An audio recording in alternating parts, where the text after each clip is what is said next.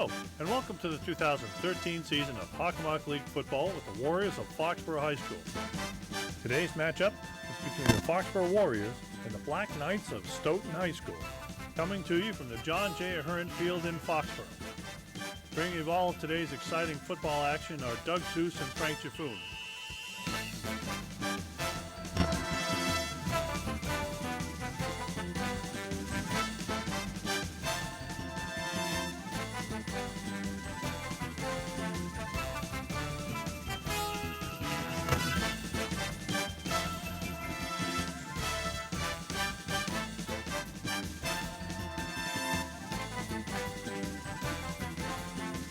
Now, let's join Doug and Frank down on the field for today's pregame commentary.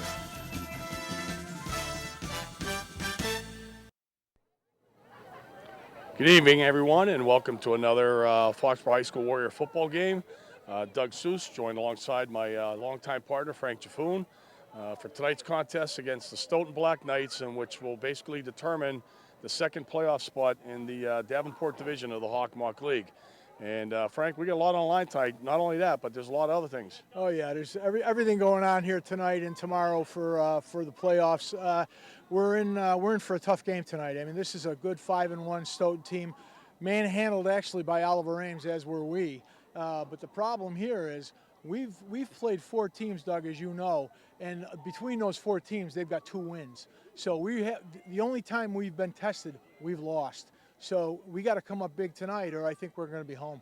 Yeah, the new system for leagues that have 10 or more teams, 12 in Foxboro's case with the Hawk, they get 2 automatic qualifiers for their division. So this game basically is a second place game because Oliver Ames has locked up first place. Right. So you get the win tonight, you're into the playoffs. If you don't get the win, then they need all kinds of help. And right now we're like number 9 out of 16 teams. We're on the edge, but we need to win, right? We can't even describe what would happen. There's got to be 5 or 6, like you said, 5 or 6 different things to happen for us to sneak in. Basically, Doug, what we need to do, and you know it too, we got to beat them. Winning in. So what is Stoughton going to throw at us tonight, Frank? I mean, running, passing, what are we looking at? Well, they've got 2 very good quarterbacks. They got a right-handed quarterback, a left-handed quarterback. They come at you at different angles. They got 3 or 4 really good backs. They got a couple of good wide receivers, and they're bigger than us on the offensive line and the defensive line. So they're very athletic. Stoughton always comes up with 4 or 5 athletic kids. They've got them. A little sidelight to this, we all know Brian Carew. He's their offensive coordinator over there in Stoughton, a great Foxboro football player here for many years. So, you know, there's a lot of different side stories going on here and there, but the main thing is the playoffs. And if we win tonight, we're in. And Foxboro basically needs to do a couple things. They got to protect the ball, eliminate the mistakes, penalties, things like that. And their defense has got to hold. Their defense is going to be tested. Absolutely. Defense is going to be tested. It's going to be tested early. I think they're going to throw on us. And, you know, Doug, to be honest with you, we have to throw the ball tonight to win this game. Okay. So there you have it. It's a cold night here at the Ahern. I think it's homecoming, so it's going to be a little bit of extra activity, like you said, Frank, more side stories. Yeah. But we'll be joining you shortly up in the booth, but look forward to a really good game here tonight at the Ahern. Number 72, Captain Zach Smith.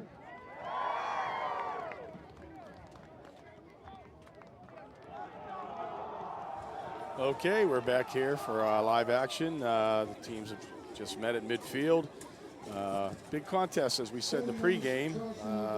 Foxboro needs to win. Stoughton's already in their division, level of play, but Foxboro needs to win tonight. So big game for us. Stoughton really just playing for pride and wanting to get a better seed.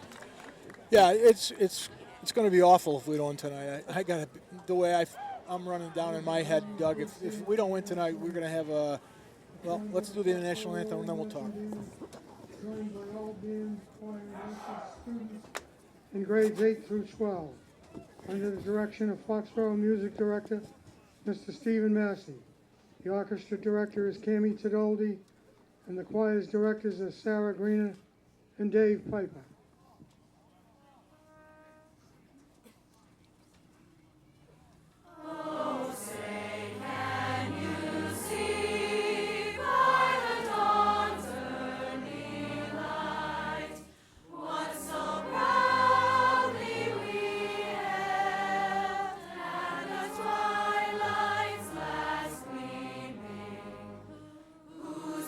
Rise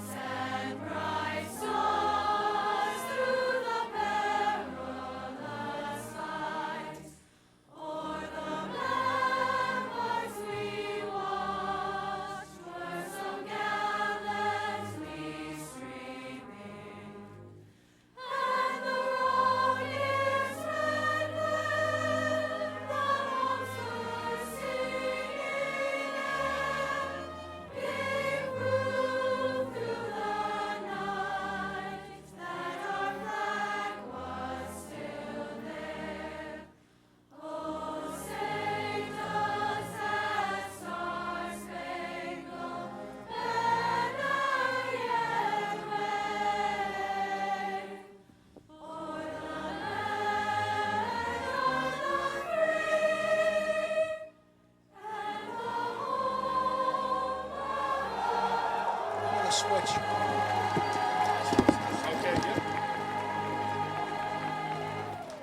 Okay, we're back. Beautiful, A great Gerard, job there beautiful. by the Hearns Middle School Choir. Sounded fantastic. The band is on site, and they played well, as usual. So, again, Foxboro needs to win this game, and, you know, it's not going to be an easy task. Stoughton comes in at 5-1. A team that has leftovers from last year's team that just missed out making the playoffs last year. They might have been the best team, I think, personally, in the Davenport division last year, except they lost that game to Sharon. Yeah. So. Yeah, you're 100% right. This is it's going to be a good game, but you know, if we don't out-hit them, I don't think we beat them. Yeah. So Foxboro will be receiving. They'll have their backs towards the concession stand side of the field.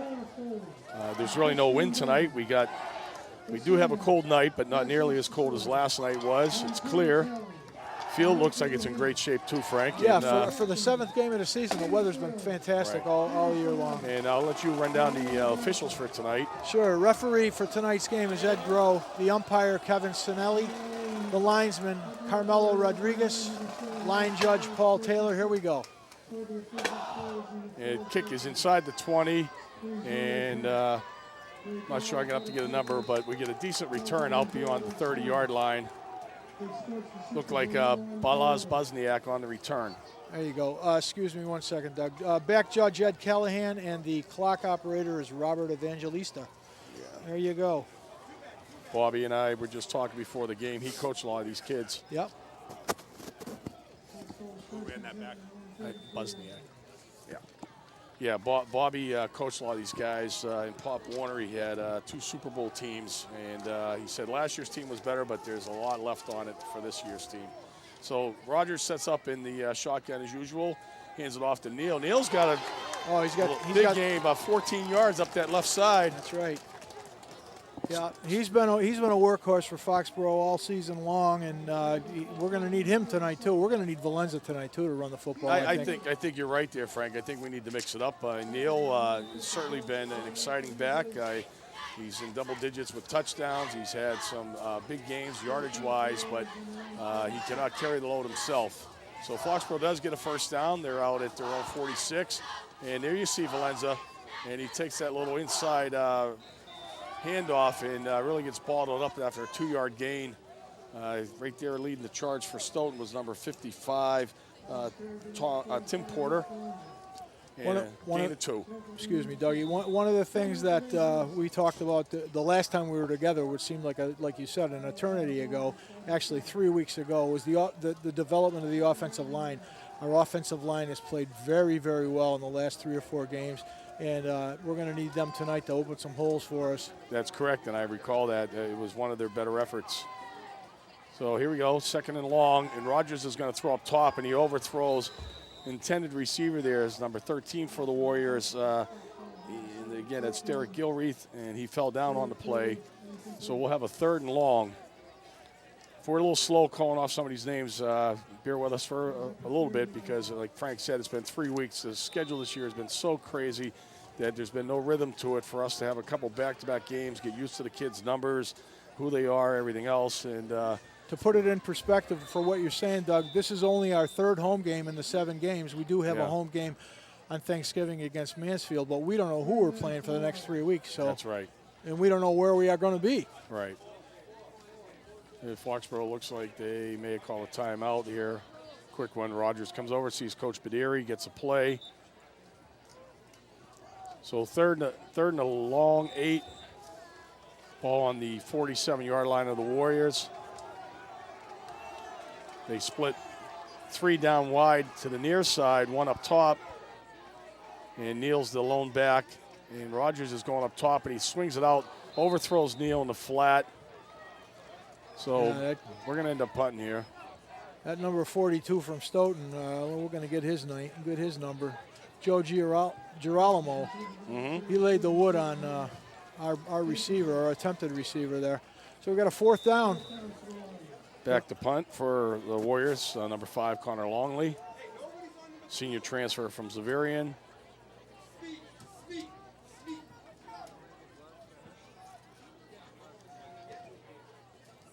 Good snap.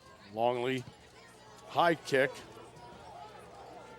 Stoughton's got to let it bounce. And number 36 really took a risk there.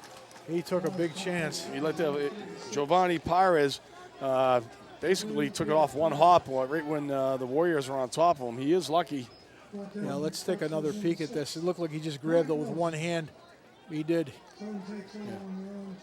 Yeah, Mark Wilson, number 6, was right on top of him. Really risky by Pires right there. So Stoughton gets their first possession. They're not in bad field position, 26-yard line, their own. And they're coming up under center. Number 6 is the quarterback for sophomore quarterback too, Doug. Jacob. Yep. And he throws a high pass over the intended receiver right there. Lennox Green. Lennox Green, number 5. Yep. I'm told that they have, well, actually, it was you who told me. I believe they got 2 quarterbacks, right? They got a lefty and a righty. Exactly. One's the starting quarterback right now is a sophomore. That's Gibb.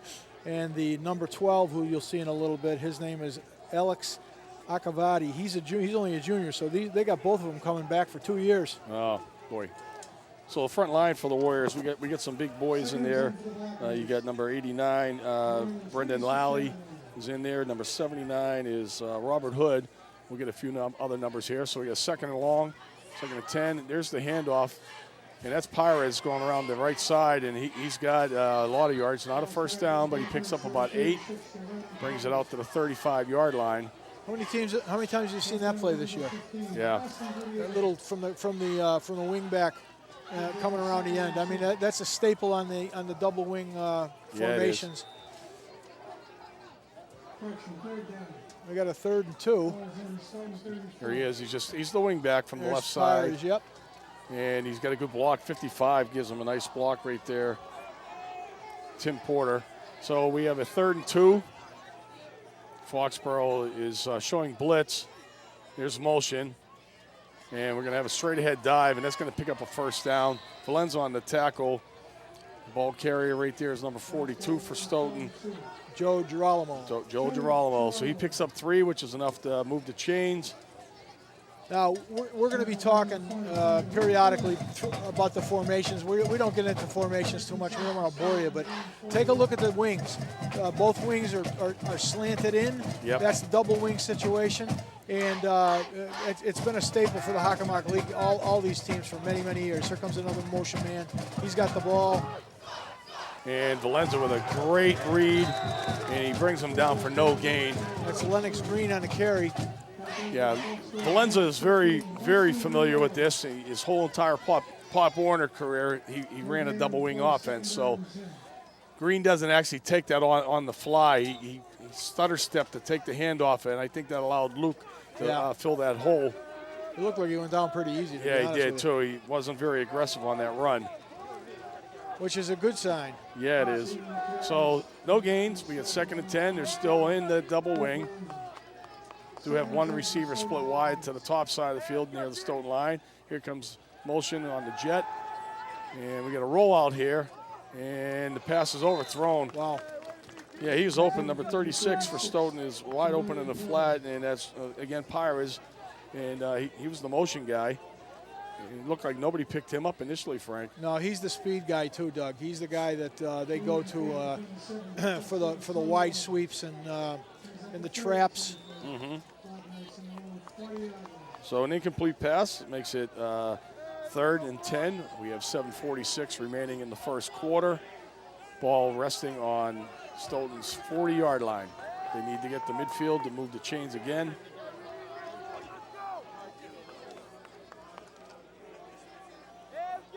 Foxboro's digging in, basically playing a 4-man front. And there's Valenza showing blitz. We're getting Salman Alam's in there as well. We got some movement. Yeah, that's an illegal motion right there.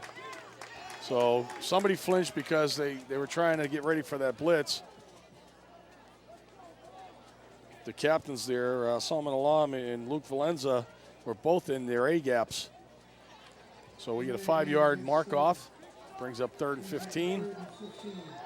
You know, you got Brendan Lally and Robert Hood in there. Hood's got to go about 280. He's a big one. Lally's got to go about 240.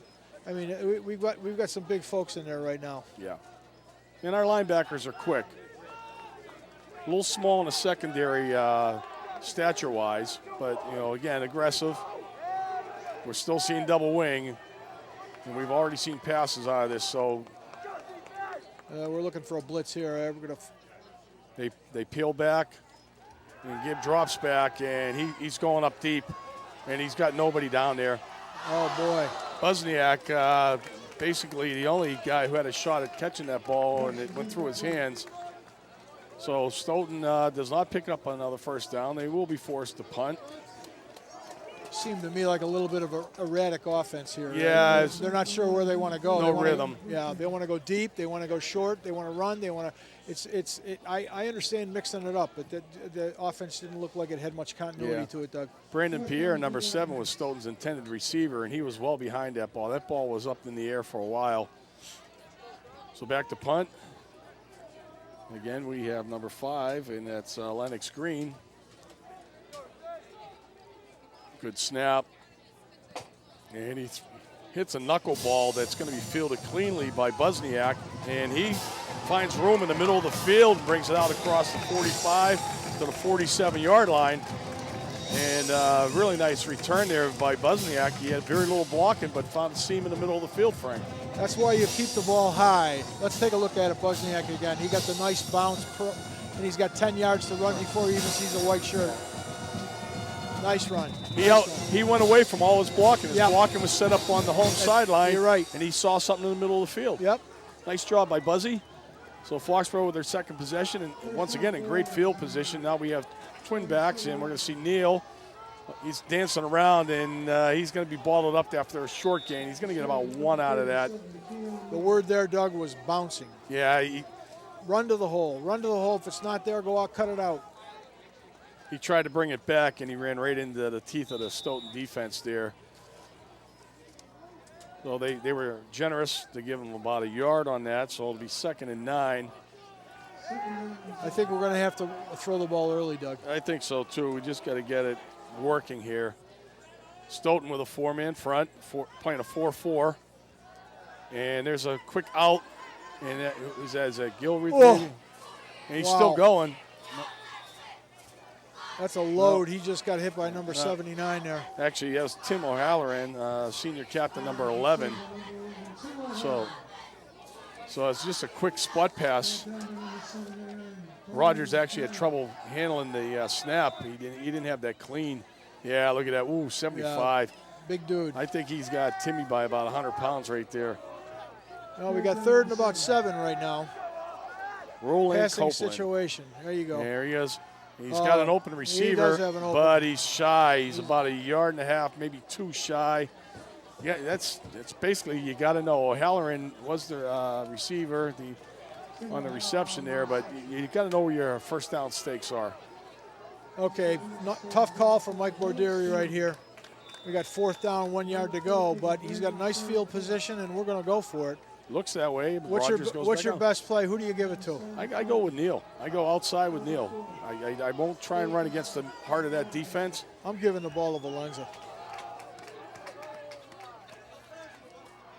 He's going to block, though. And he's got it. I think he got it. I think he did get it. I think he got it. And not by a whole lot, but he followed Valenza's block. Credit to Neal, some tough yards right there in the middle of the line. Definitely a first down. They're going to try and measure that, but looks to me like they have it, but yeah, they are. They're going to. The one thing you always worry about here too, Frank, and you know from youth sports and stuff, you don't have professionals lining your field, so it's not symmetric. They bring that chain out, and all it takes is one little bend in that line. That's a very, very good point. That's a very good point. Man, they got it.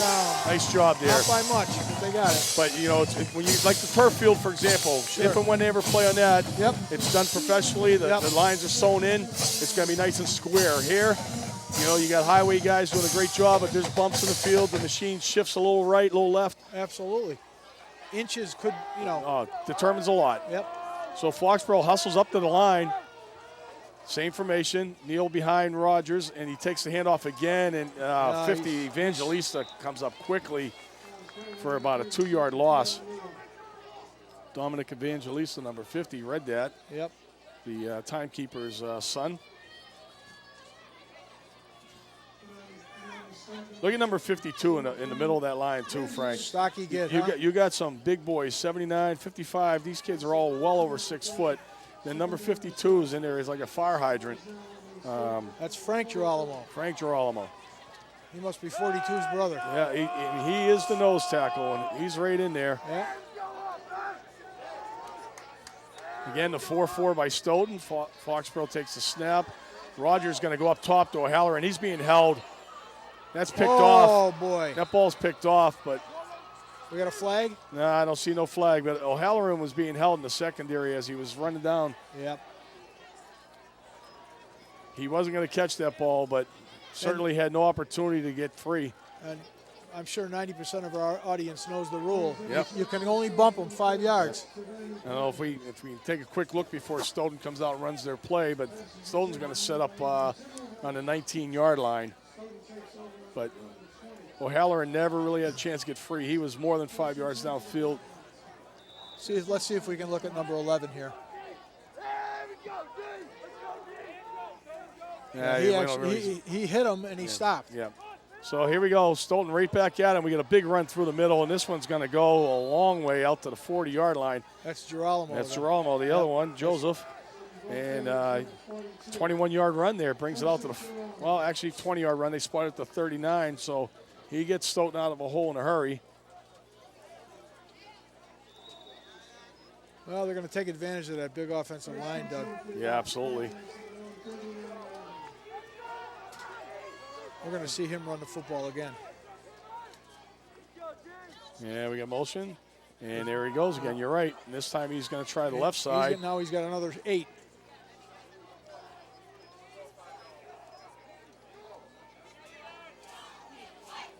Well, you got some. Or 7 yards, I think, on that so one. you see this Yeah. again. You get a block. Evangelista 50 kicks out. He runs right inside the tackles there. Why would you throw the ball? No, I wouldn't. I mean, that's 2 big gains right through the heart of the Foxboro defense. We're going to see motion again here. There he goes. Yep. And he'll take it this time. That's Pyers. Oh, boy.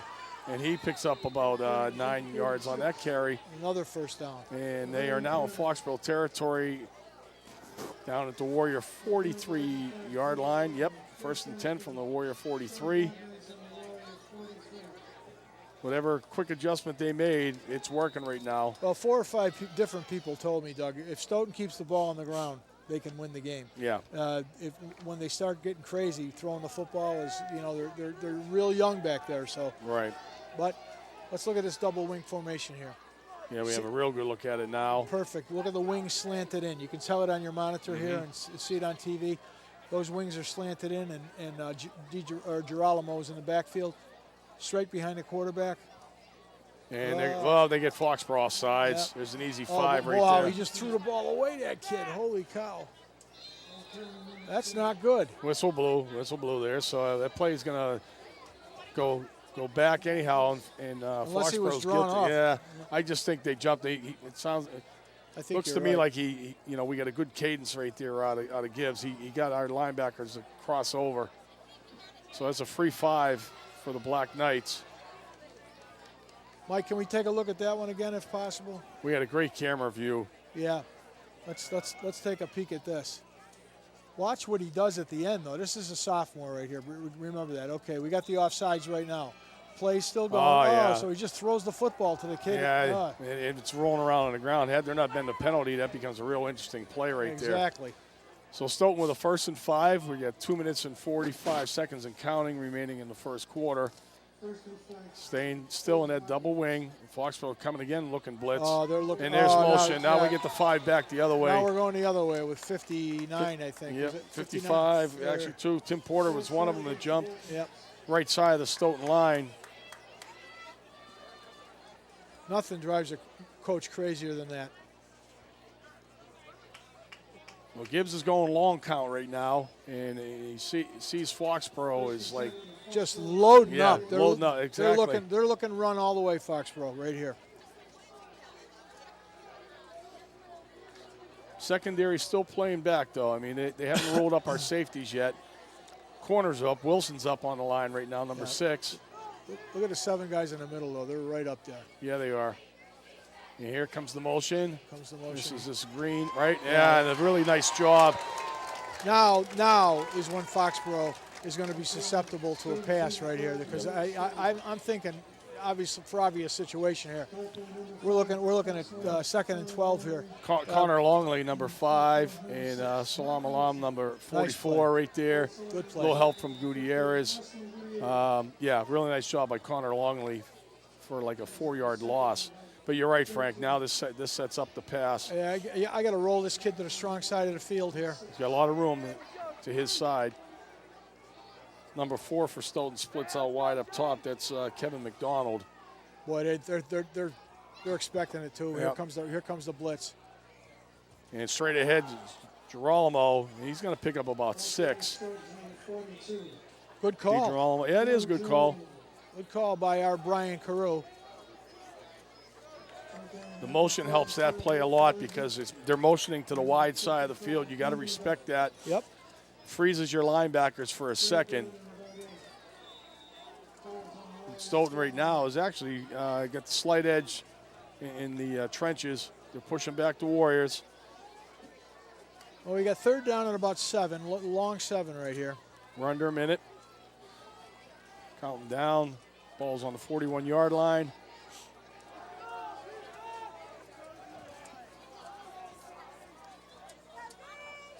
Motion again, and now we're going to see the pass. He gets away from that. He should have been sacked in the backfield. He should have been, yeah. Instead, he ends up picking up about 4 yards, and fortunately for Foxboro, number 82, Jack Schoner, was able to wrap him up. Who did he duck? I'm not sure. Yeah, whoever our first guy. Can we get that one, Mike, at all? All right, our first defender shot in. Let's take a peek here. The big guy, 84. 84. Yeah. We're not showing an 84. Big play of the ball game right here, Dougie. 4th and 3. We got motion on Stoughton. They jumped out of that stance. They were going student body right, Frank. We got 4th and 8 now. They have 4th and 8. Yep. I don't know. I think I punt the football away right here. Yeah, pin Foxboro down deep. Foxboro hasn't really been able to move the ball effectively. That would be the wise thing to do. But Stoughton with a good opportunity right there. They tried to get a quick snap, but unfortunately, the center still had the ball with the right side of the line was pulling out. So we have a time is expired in the first quarter, so we're going to have a timeout on the field. 0-0 is the score, and we're already in a chess match here. Oh, yeah, All right, we're going to drop down to the field. Dave Carty for an update. Dave, what do you got for us?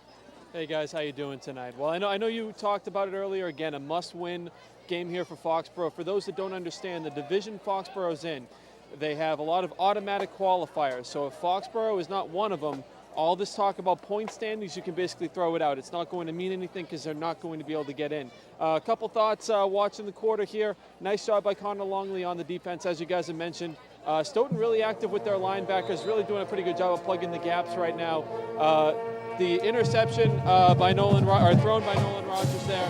A little bit of an overthrow there.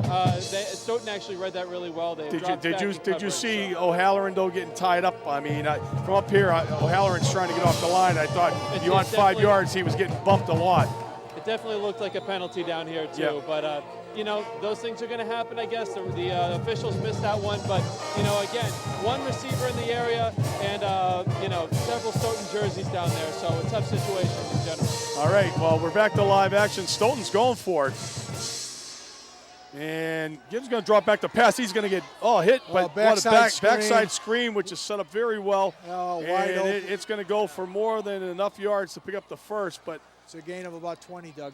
It's a great call, and Gibbs basically had a Foxboro defender right in his teeth when he unleashed the pass. We got to see this again. This is a backside screen, all the power going to the right, and they just set up for it on the left side. Here we go. Unfortunately, what it is this guy coming has the outside containment. Yep, that's true. There's nobody else out there. You blitz the backside guy, he has responsibility for containment, and that's what happens when he's a split second slower than they needed to be. So Stoughton picks up big yardage. They're down to the 22. And we're going to see DiGirolamo in the middle again.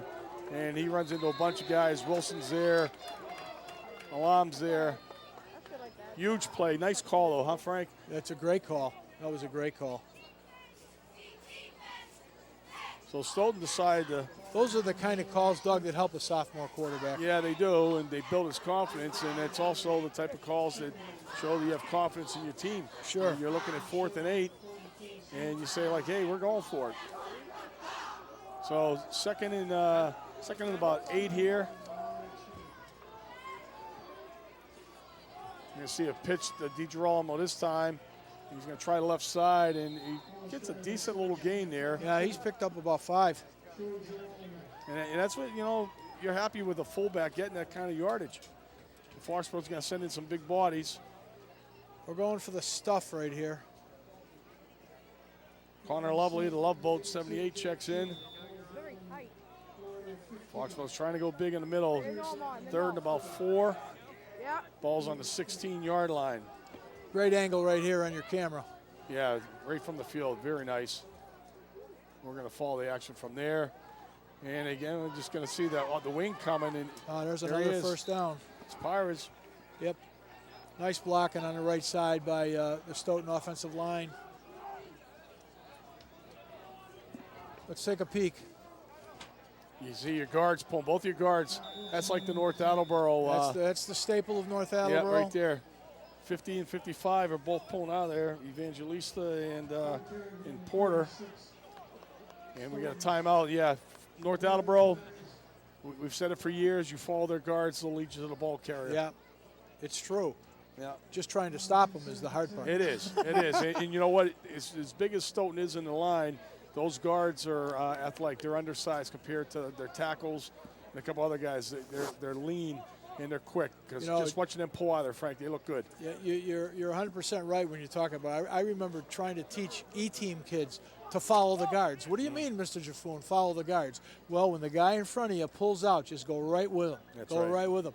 And that's been the same from day one. Yeah, that's right.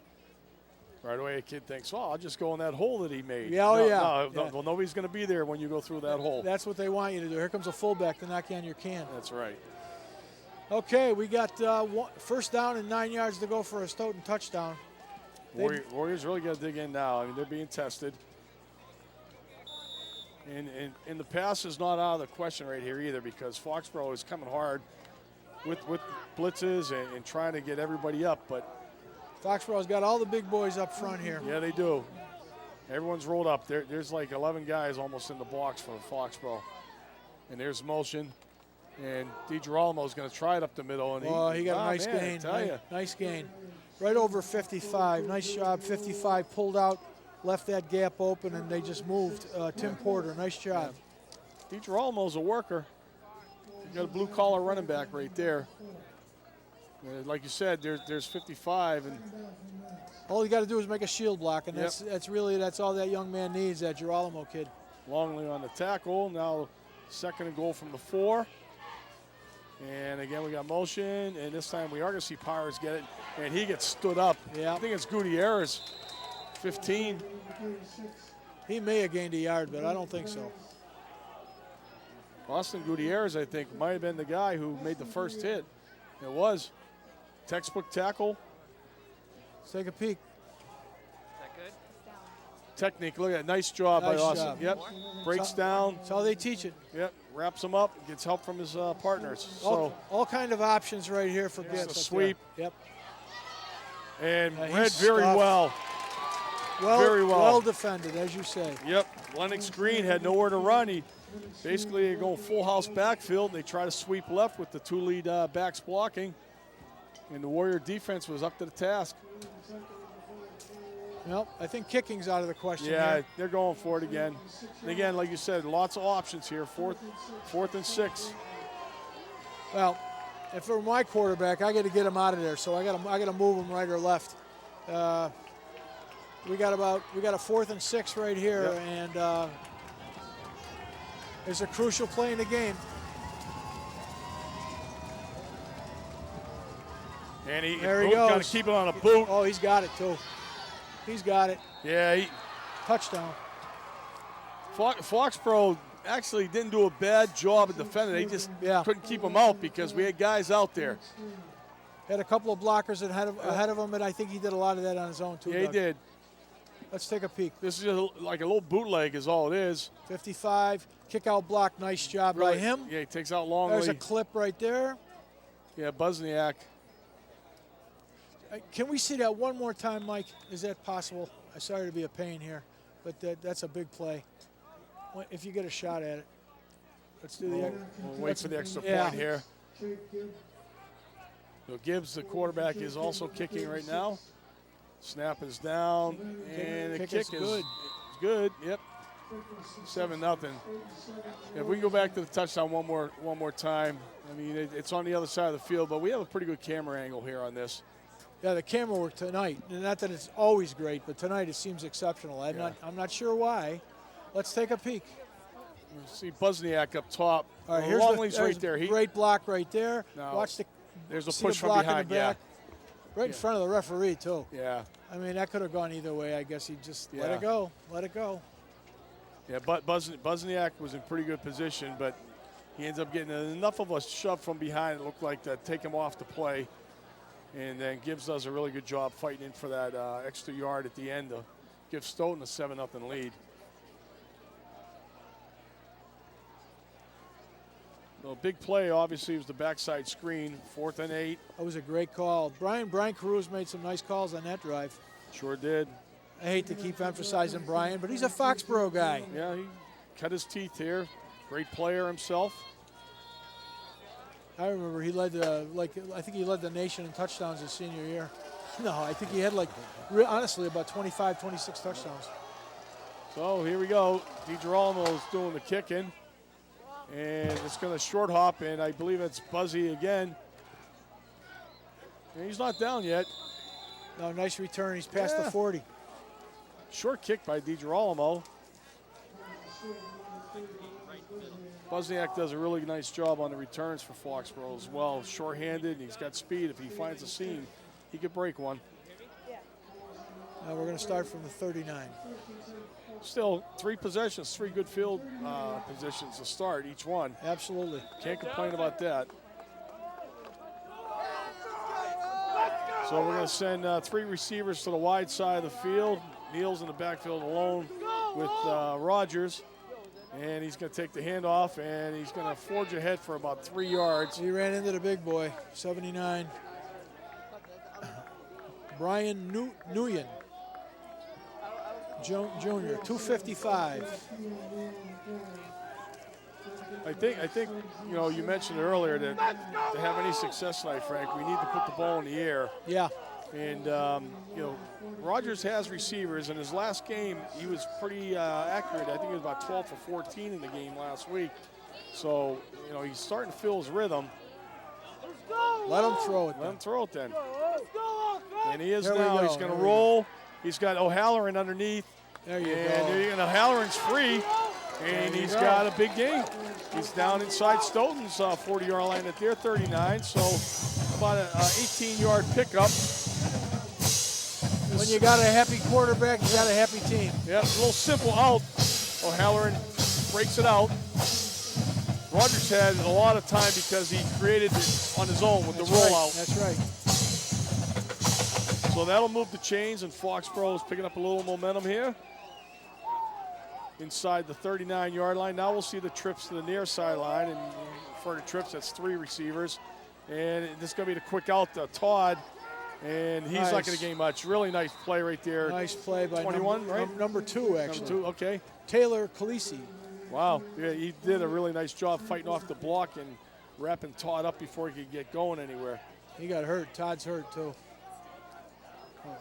All right. Let's take a look at it again. I think that was number 2, wasn't it, Doug? Well, we'll see right here. Yeah, it was. Was that 2? 21. 21, I'm sorry. It was 21, yeah. He just rode him down. It looked like Todd's legs got caught up underneath him when he was being brought down. Oh, that was Kirby Impinil. I guess I can't say that. Don't make another play, kid. I can't. Kirby's good. Kirby's good. Kirby made the play. So We got a second and about 8, and now we're going to call timeout. Which is the first one for either team. Right now, I think, isn't it the first time out anybody's called? I think we might have one Do we have earlier. another one? Earlier, I think Coach Padiri took one in the first quarter. Oh, that's right, he did, yeah. So Foxboro needs to make something happen here. Don't need all 8 yards right here. It's only second down. A decent-sized gain gives them a few options on third down. And now we're going to see twin receivers right and left, and we're going to get motion. And Rogers is going to roll again. He gets a block from Neal, and he basically has a wide open Gilreath. Another well-designed play by Coach Padiri. Gilreath was standing out there by himself. By himself. Nobody even covered him. I'd like to see where he came from. Let's take a look where he came from, Dougie. He might have been on the top side. There he's just, again, he's doing it out. I think what happened was Rogers rolling out, the backs just came up a little bit. Slide with right, him. slide with them. They don't want to see him take off. Nolan's athletic enough that he can run it. Yep. You know, he's a good-sized kid. He's got some speed. Well, he's got a great series going right here. So the Warriors are down at the Black Knights' 21-yard line with a first down. We have plenty of time. We're just under 5 minutes till halftime. And we get a jet motion. And this is Buzniak. And he gets a block, but he gets Nice dragged down. tackle by Girolamo. Wow. Nice tackle by Girolamo. That kid does it all for them. And I tell you, number 14 also is in there. Brandon Price. But Buzzy looked like he had some good momentum taking that jet sweep. He does pick up like 4 yards, but looked like it was going to be a much bigger play.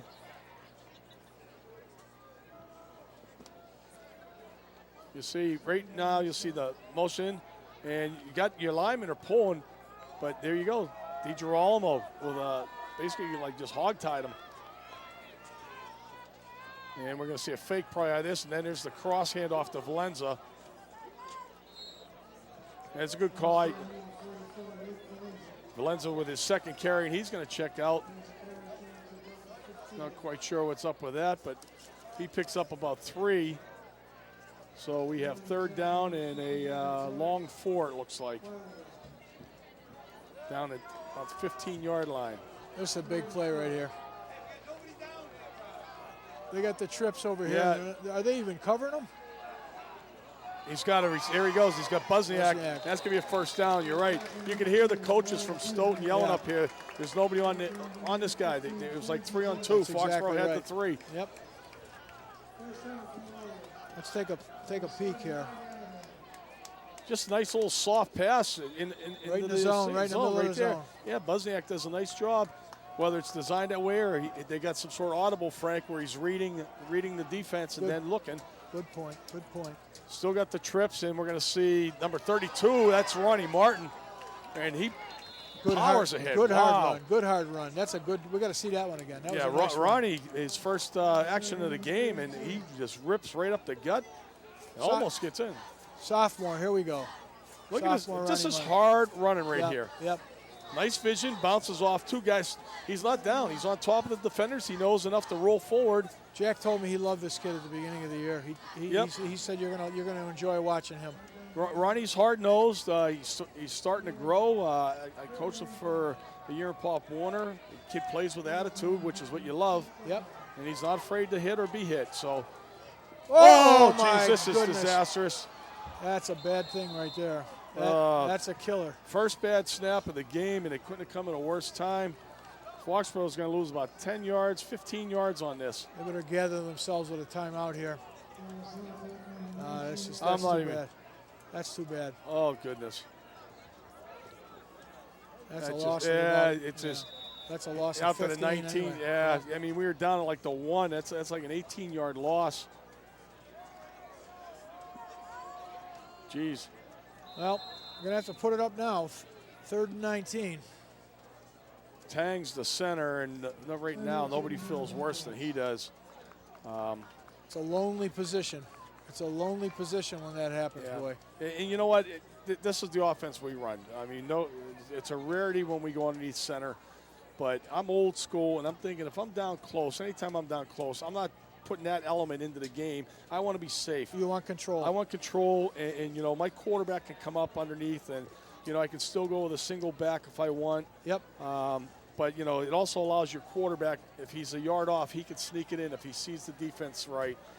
You put a lot of pressure on that center, and that kid right there, he's been snapping the ball great all night long, and right there, you know, when we're knocking on the door, that's a killer. If that's the only mistake that poor kid makes all night long, he'd be doing a great job. Yeah, and he is. He has been doing a great job all night long. So now Foxboro, instead of even third in the yard still, they need to get into the end zone. It's goal to go, and well, it's at the 19. They were snapping on the sidelines here. I think they're if they stop this, they're expecting a field goal. Yeah. And we got the kid who can do that. Yeah, we do. Kyle Will has the leg. So looks like Martin's still the running back here. And we got one in the seam, and that's Gilreath. Oh, my God. Oh, they stopped him. Well, nice run after the catch by Gilreath. Yep. He got down to about the 3. So he just sets up again in the zone, Yeah, Frank. that's all you really need to do, too. Big target. Throw the ball 8 yards, and he'll take it for 6 That's more. right. And look who makes the tackle again, DiGirolamo. Yeah, he's a good football player. So we have a timeout. Foxborough gets about 16 of that back right there. It is 4th down. The monitor says 3rd, but it is 4th. It's 4th down. 4th and 3 from the 3. Minute 42 left in the half. Ball on the, looks like 2.5-yard line, Doug. Here's your tough call right here. Tough call. You know, I like, right now, I like a little misdirection. You know, again, Stoughton's shown soft coverage, though, too. Yep. So if you split those 3 receivers out and basically they're, you know, get somebody on a slant, Rogers, you know, he sees them, he can get it there. They all got good hands. But Foxborough just put a kid in the ball game. He's got a name that's going to be tough to call. Nectarios. Oh, Uzanitas. Uzanitas. Yep, Uzi. He's on the right tackle right there. He's one of the stronger players on the team. So it does look like Ronnie Martin is the back, and there's Rogers is going to take off, and he's got nothing. He got stuffed. They were looking pass. Lost a 1/2 yard. They were looking pass, and Stoughton reacted very well with quick coverage. Forced Rogers to pull the ball down and try and take it in on his own. Let's take a peek. His receiver went down. Halloran fell down. Almost looked like a pick play was developing.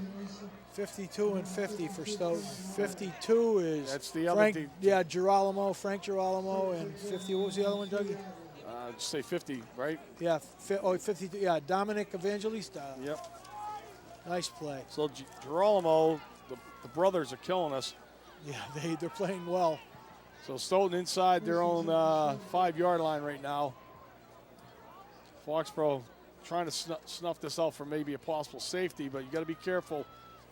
You don't over pursue it and allow for a big run, because Stoughton does have speed in the backfield. Well, they picked up 2 or 3 yards on that, but more importantly than that is they're killing the clock, because I don't think Greg Burke is trying to do anything fancy down here. Absolutely not.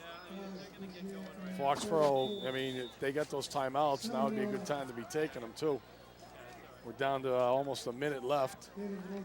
So maybe after this play, depending on what we do, we call a timeout.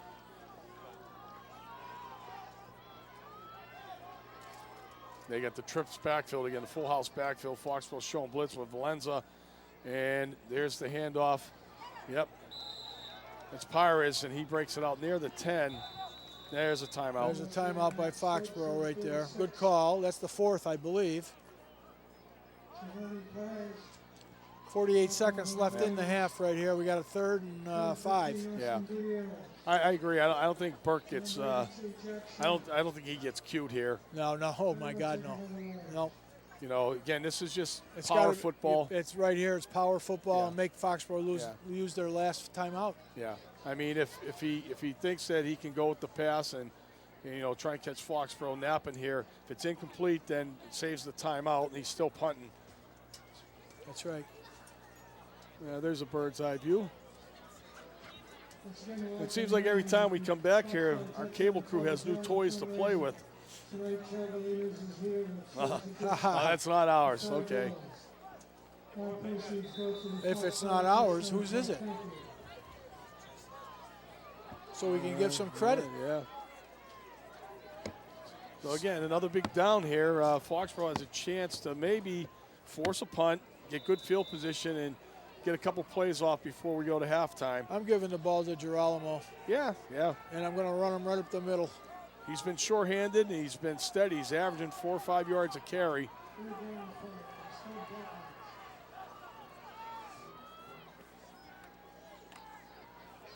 Nothing there. Here comes a quick timeout again. There's the last timeout, down to 41 seconds. Yeah. Pirates had nowhere to run. Now the block is on, Doug. Yep. Let's take a peek. You had Lovely involved in that, and Schoner, 82. And then over the top, we get ride them down. Might have been number 84 for the Warriors as well. Why is the clock running? Something's They up. didn't call timeout. They called timeout. They blew the whistle. I thought they called a timeout here. Jack's content to let it run out. Wow, I'm really surprised by this.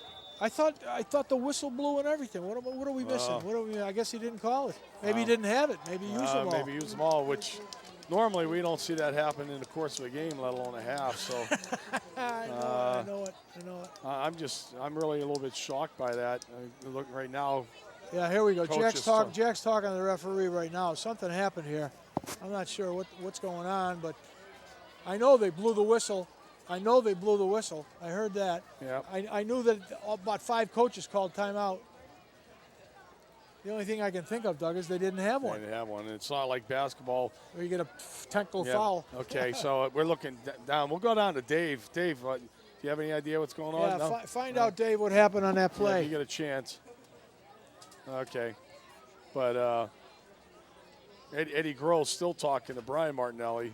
Eddie Grohl, the referee tonight. He's a Foxborough guy, too. Yeah. It just, again, logic tells me that, you make that. You got to force them to punt. Bad snap. Anything can happen there. But we're going to go to the halftime locker room.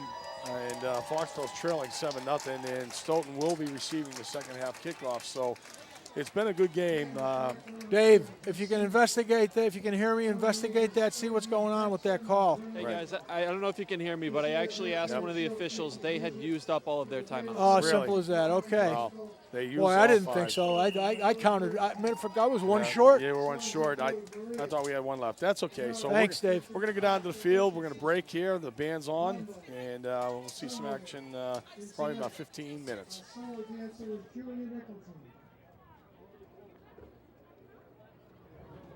Please welcome the 2013 Foxborough High School Marching Band.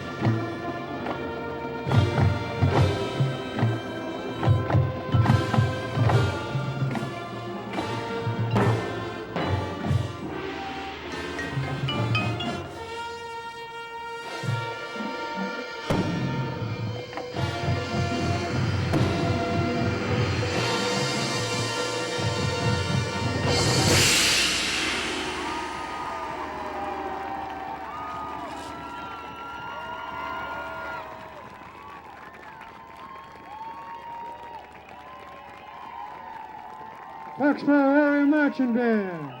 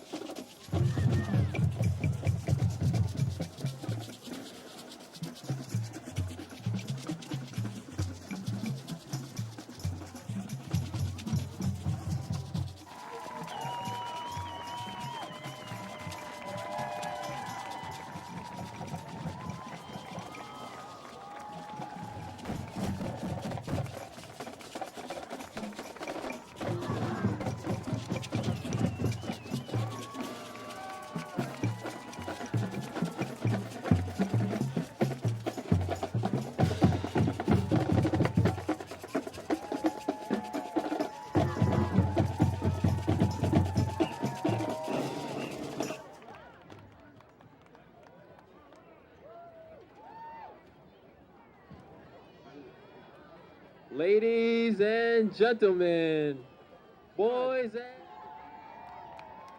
son of Kristen and Joe has been an avid member of athletics at FHS.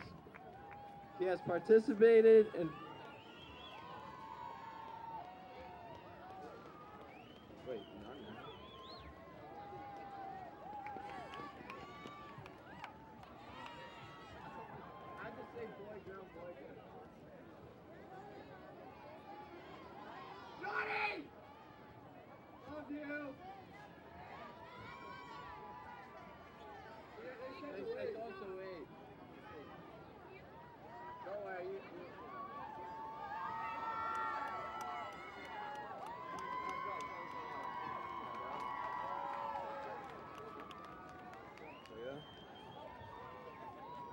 Jess has participated in football, where he serves as a captain, basketball, and lacrosse.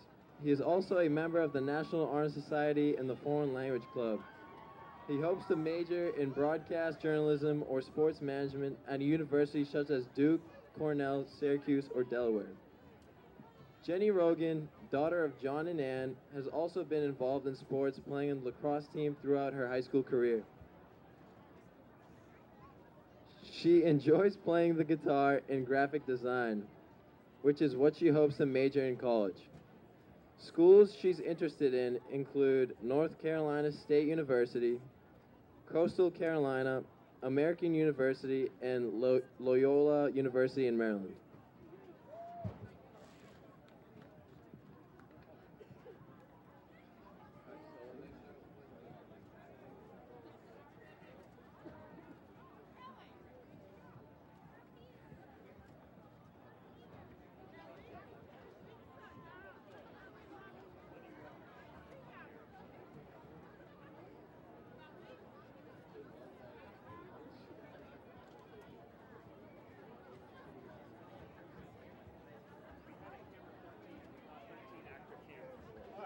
Next up, we got my boy, John Tang. He's got some fantastic hair, too.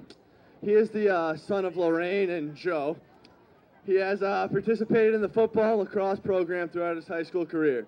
He was a 5th and 6th grade basketball coach and also a member of the Foreign Language Club. He is undecided regarding his major, but he's interested in schools such as Bryant, UNH, URI, and Emmanuel. And now we have his lovely princess, Aubrey Darcy, daughter of Paul and Karen. She's been involved in the music program throughout high school, serving as a member of the choir. Also, she's been a devoted member of the swim team, where she was elected captain. She is a member of the National Honor Society and a cappella choir. She hopes to major in something involving math at schools such as Vanderbilt, Belmont, George Mason, or High Point. The third group includes Nick Third Adair, son of Katie and Bob, has been strongly involved in the music program, participating in jazz and concert band all 4 years and a cappella choir for 2 years. He is also one of 3 captains of the soccer team. His major is undecided, but hopes to attend a university such as Northeastern, UMass Amherst, or Wesleyan. Brenna Lincoln, daughter of Mick and Rose,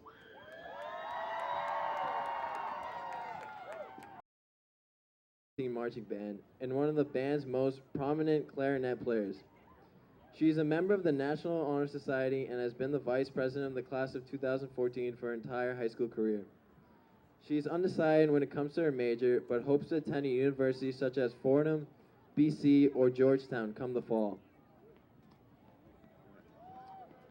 All right, quick shout out to my boy Dave Cardy down there. It's not a party without you, Dave Cardy.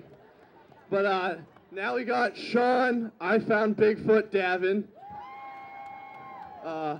Son of Nicole Davin has been a devoted member of the Best Buddies program at FHS. He has also played basketball and baseball for Foxboro while also serving on the National Honor Society. He was a YMCA camp counselor for 2 years as well as a CCD teacher.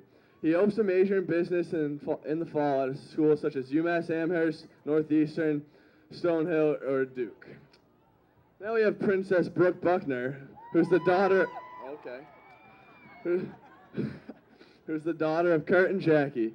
She's been extremely involved in athletics at FHS, playing volleyball, basketball, both of which she was elected captain, and the lacrosse team throughout her high school career. She is a member of the National Honor Society and works at Sarah Bain basketball camps. She hopes to major in physical education and health. The fifth couple includes Patrick, I'm not related to Jordan Big, Brion. Son of Joe and Sheila, has participated in CYO basketball for the past 4 years. He hopes to major in statistics at schools such as UConn, UMass Amherst, Ohio State, University of Pitt, or University of Tennessee. Princess Megan Weeping Choir Girl Fitton,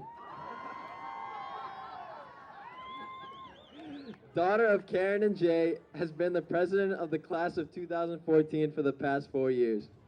She also serves as the vice president of FHS's executive board. She's one of the captains of the field hockey team, a sport she has played for the past 4 years. Also, she has been a 4-year member of the chorus, which is a co-president of. She is also a member of the jazz choir and has been a member of the Boston Children's Chorus for the past 7 years. She hopes to major in jazz studies with a vocal emphasis at universities such as the University of Miami, University of Southern California, or University of North Texas.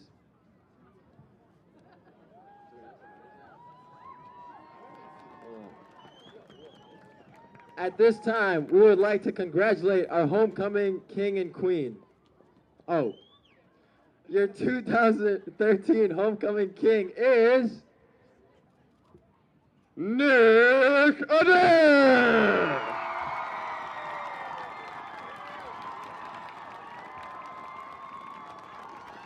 You look very beautiful in that crown, Nick.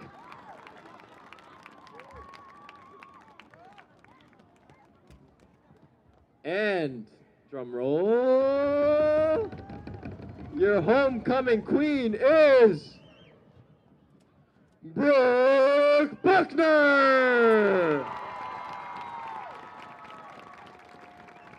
That's a very lovely tiara. Very sparkly dress. Congratulations! Thanks a lot, ladies and gentlemen. I'm Nader Jishi, and this is Justin Zupanik, and we are out of here.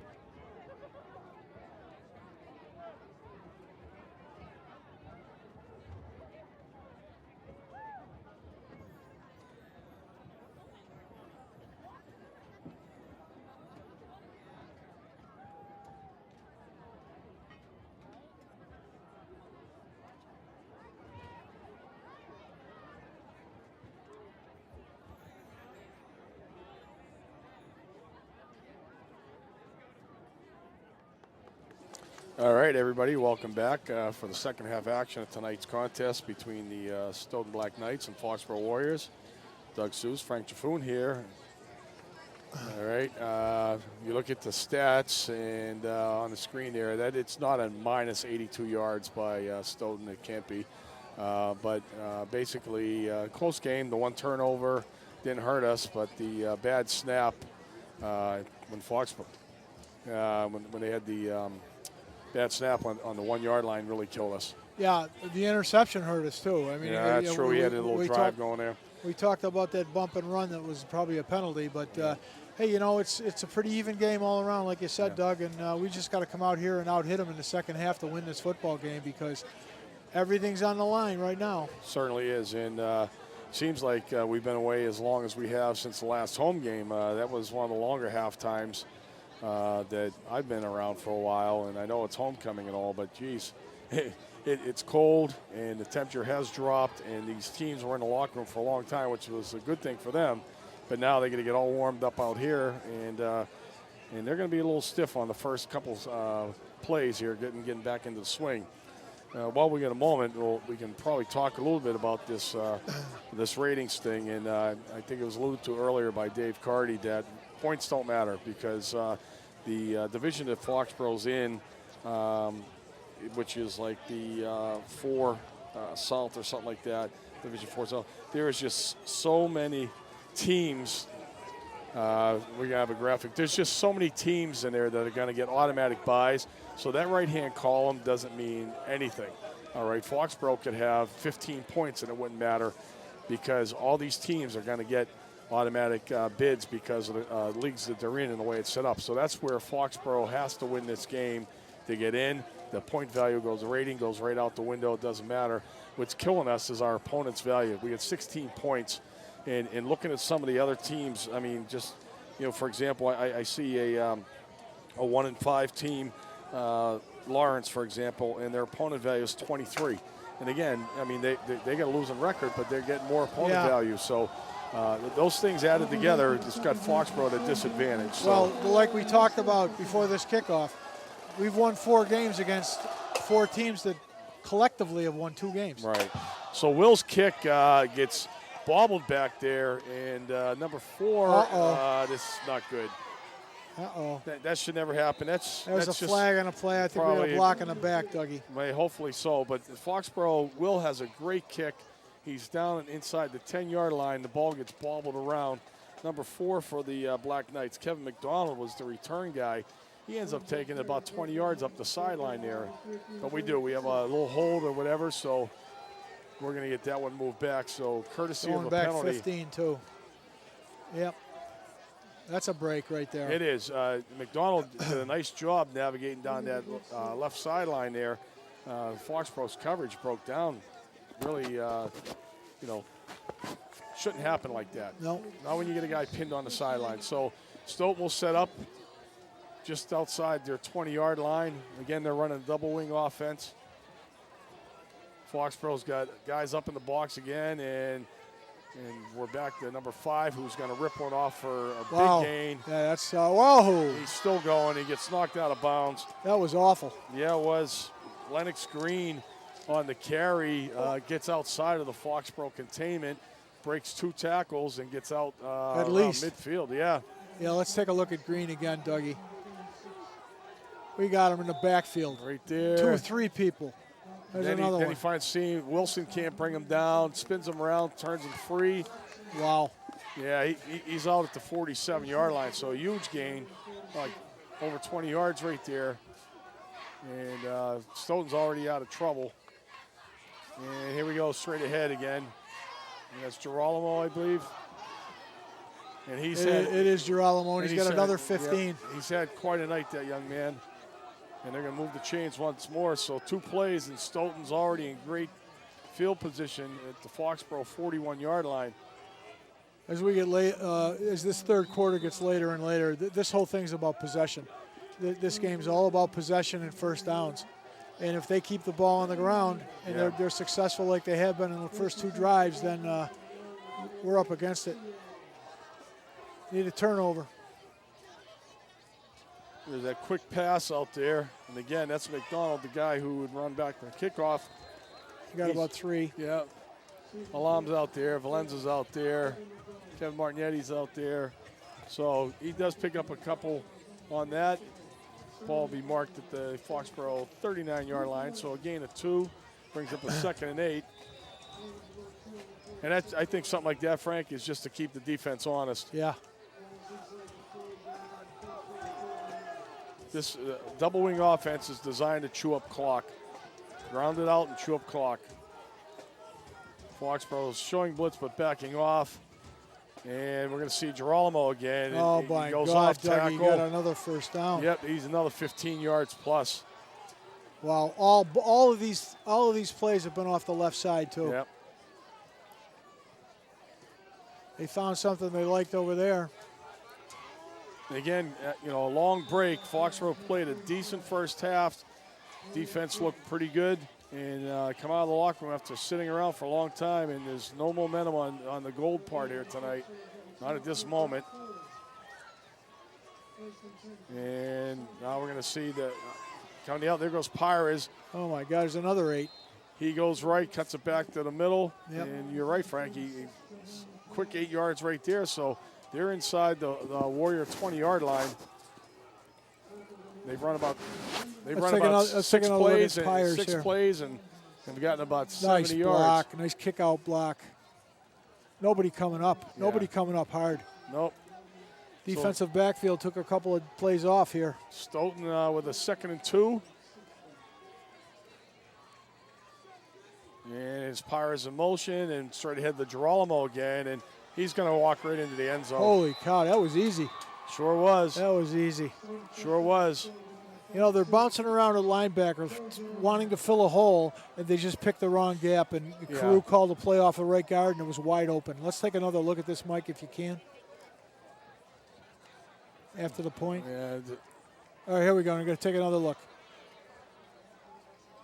Right off the right guard. The blocking's good. Yeah. The blocking's good, but I also, again, our D-line is standing up there, too, and that makes the blocking real easy for Stoughton. It sure does. So Gibbs is going to be doing the kicking again, and it looks like he's got a lot of leg, but this is good. Yeah, once more. So Stoughton quickly strikes here. Less than 3 minutes, they're on the board once again, and they increase their lead to 14. All running plays. Everything on the ground. Yep, they chewed that up real fast. They went almost 80 yards on the drive, and you saw a couple different people get the carries, but Girolamo continues to be a workhorse for the Stoughton Black Knights. Good player. Yeah, both sides of the ball. Yep, good player. So back for Foxboro will be O'Halloran, Buzniak, and the up guys in front of them, Ronnie Martin and Gerard Darcy. They're going to be a team to be reckoned with next year. I know we like the team we got coming back. Yeah. They should like the team they have coming back because they got a lot of good ball players coming back. Certainly do. I remember when Stoughton was the biggest school in the Hawkmock League. Now they're in the small division with us. Right. So Girolamo will kick off, and he's going to go deep to Buzniak. He feels it in about his 20. Gets a couple blocks, tries the sideline again, and brings it out. There's a late flag from way back. Late hit, I think, here. It's possible. That thing came from beyond the 50-yard line, that flag.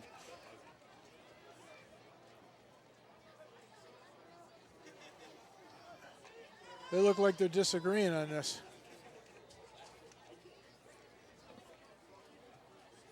Well, they're going to discuss it with I think the line judge says he didn't see it. He was the closest to it. The guy was 20 yards behind him. Yeah, face mask. Face mask on Stoughton. Okay. Well, that helps. It's 15. There's no debate anymore. It used to be, is it 5, is it 15, depending on the severity of it. It's 15 all the way around now, which was a good thing to do. Well, I'll tell you what. The success that we had throwing the football in the second quarter has got to turn over into the third quarter because we've got to throw the football now. We're 14 points down. I agree. We moved the ball very well through the air, and that 15 will put the ball at midfield. So we get a big break to come back to start our first series of the half.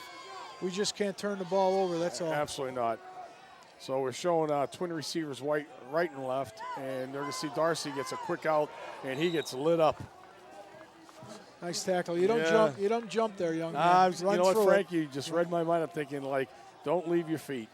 How many times have we told kids that? Gerard is basically a tough kid, but he's going to be no match for these two guys coming at him. He gets double teamed. Look at that. Oh, wow. And he paid the price. Yep. 59-21. Made him pay for that one a little bit. That's Kirby was in 59. Joe Wilder. So now we're going to see is this running Martin running hard. Picks up about 2. And all that's doing is killing the clock. Yeah. I'm not sure if something's wrong with Neil. He's been out. We haven't seen him since the first period. In Valenza, he's on the bench. Neil's on the bench. Neil's on the bench. He's sitting down in front of us, so not quite sure what's up with that. And I know Valenza checked out on that last drive before the half too. So Martin getting a lot of playing time now, and there's just underthrown. He threw it behind him. Threw it behind him. He had Darcy open there. Boy, he was. That was coming right straight across the middle. So 4th down here, decision time for Foxboro. Ball is at Stoughton's 45-yard line. You'll see here. Take a look at number 4 coming across the middle. There he is right there. He's the man. He's on a drag, and it's just a term for like an underneath pattern. But we're going for it. But he was wide open, and Rogers just rushed his throw, I think, possibly. This is a critical play right here. So we got trips up to the top. O'Halloran's down here by himself. And this is a bad pass. Oh, boy, that was almost picked off. Yeah, I'm not even sure what Nolan Rogers was. He didn't even look like he set his feet on that dunk. No. Just kind of threw it flat-footed. He wasn't under any pressure either. No. He had another second or two, but. Can we see that again, Mike? Just to see the setup here. Let's take a peek at Nolan Rogers. I think the protection's good. The protection is good. Evangelista's coming at him, but it's like, did he overthrow one guy or I don't know who it's going to. Exactly. Well, this is that was a critical down right there, and now Stoughton has the ball at their 46-yard line. Yeah, and if they march again, you might be able to mail this one in. You're not going to throw the ball, I'll tell you that. No. Too much success on the ground. Yep. Lennox, he called us a liar. He's wide open. Look at this. Yep. Look at this. Touchdown. This is touchdown 6. is what it is. Holy cow. Prove me wrong. Wow, proved us both wrong because I'm thinking like grind, kill that clock. But Foxboro just gave up a real big play right there. And you know what? It doesn't look good. Greg Burke is saying, I got 9 guys in the box.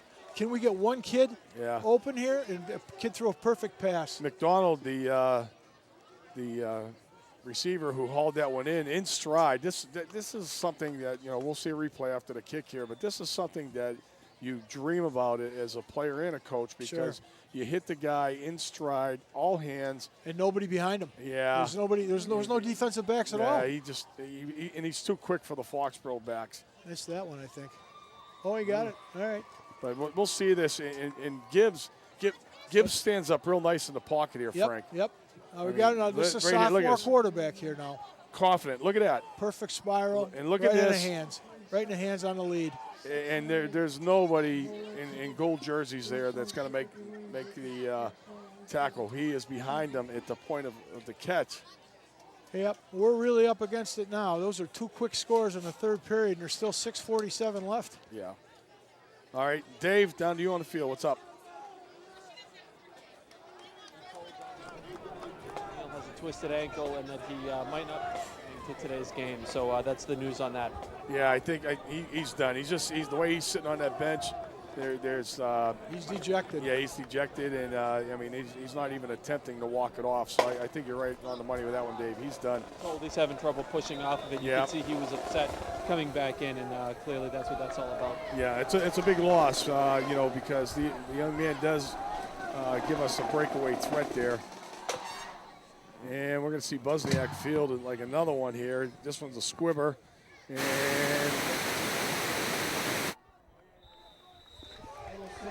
All right, we just had a little static in our headsets here. Somebody got electrocuted somewhere. Is that what it is? There you go. Yeah.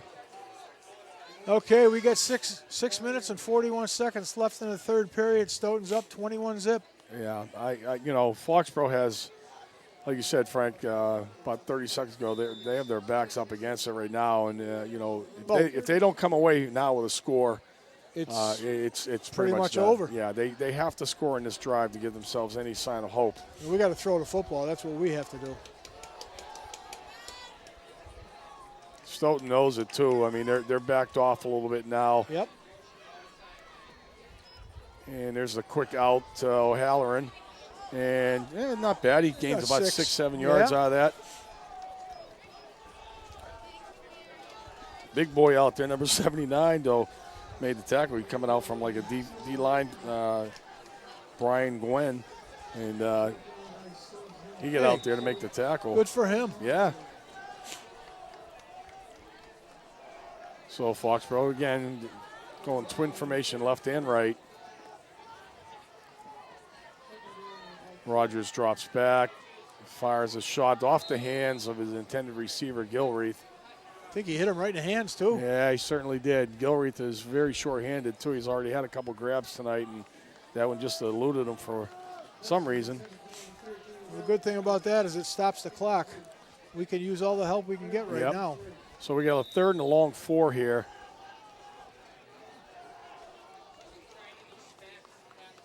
Ball's on our 43-yard line. And draw play wouldn't be too bad here either. No. Ronnie Martin does run hard. And that's what we're going to see. And he got stuffed. Yeah, he did. Fourth down now. He does pick up 1, but Stoughton obviously was thinking the same thing I was, and they don't even give Ronnie the 1. Wow. Well, we're not punting, so 4th and 2. 4th and 2, 2.5. Well, one thing that's happened, though, is it's taken a crowd right out of this ball game. It sure has. I mean, it is real quiet here, and in the sideline, there's really no life on that Warrior sideline either. They're just kind of like trying to stay warm, it almost looks like.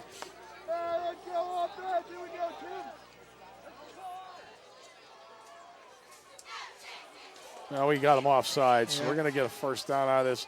And that's a huge break right there. there. It is.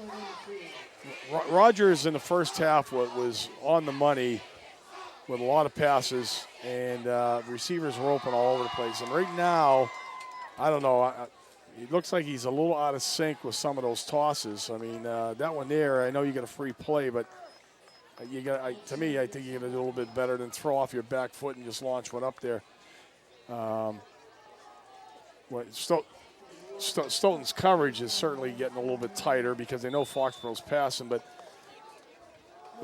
the ball's just chucked up there for grabs. Yeah, and, that could have been picked. Yeah, and it wouldn't have counted, but the fact of the matter is you still need to execute on every play. First half, we were crisper.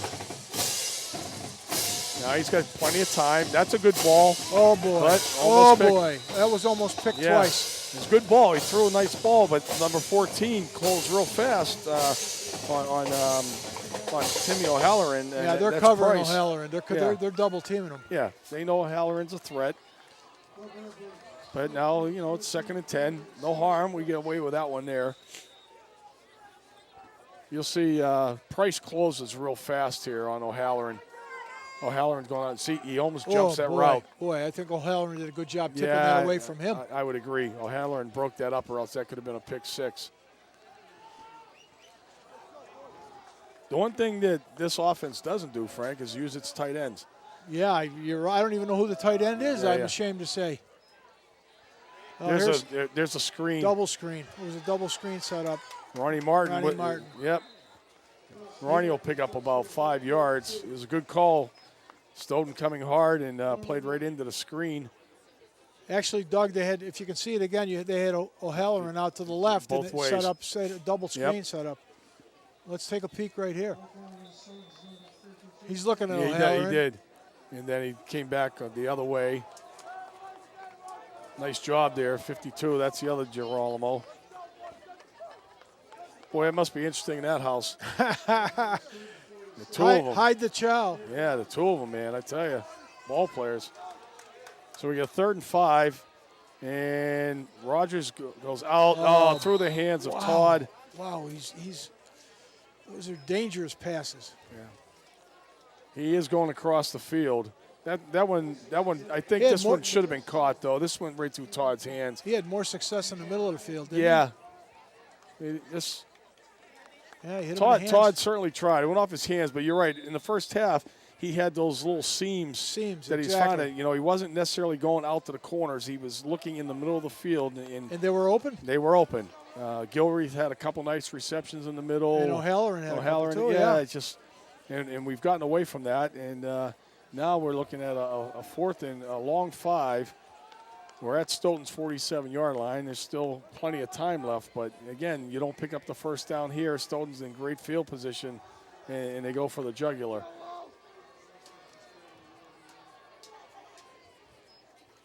He's looking left. He's looking left. O'Halloran, he's going to pay the price, but he gets the first down. Ouch. Yeah. Timmy O'Halloran, very sure-handed right there. Does a nice job of going up for that one to secure it, but he takes a helmet and shoulder pad in the back, lower back. That's why we wear rib pads right here. Yeah. Good ball by Rogers, and boom. Nice catch, nice hit. hit. Credit to Tim to hold on to that because that had to be painful. No doubt. And they come down to the hard ground on top of it. So big first down for Foxboro. Keep the chains moving. And Martin on a draw. And nothing there. The line. Wow, they got 6 of them on them. Yeah. And Ronnie Martin's a little miffed at that one because like the line just didn't execute. You run a draw play, you got to block. Yeah, they're not kicking people out tonight. And you know what? That's a credit to the Stoughton defense, too. I agree. The Stoughton defensive kids are tough kids, as evidenced by we're playing 3 quarters and we haven't scored a point. Yeah, and again, the anchor in that middle is Girolamo, right, number 52, and then he's got big boys on both sides. And this kid, number 58, is huge. Patrick Rake, 6'3", 230. He's a big boy. There's Darcy in motion. And Rogers is going to look down the middle. And again, O'Halloran almost with a great one-handed catch. He's a little upset himself, but you know what? That wasn't going to be an easy one. No, you got to get the other hand up, but he got left hand on it. Yeah. Let's see that again, Mike, if we can find out where Tim O'Halloran came from. He was down the middle. Right down the seam, and in between 2 defenders, O'Halloran almost makes a great one-handed grab. Let's take a peek here, Dougie, see where he is. So He's got him. He's got his eyes on him on the left. And here he is.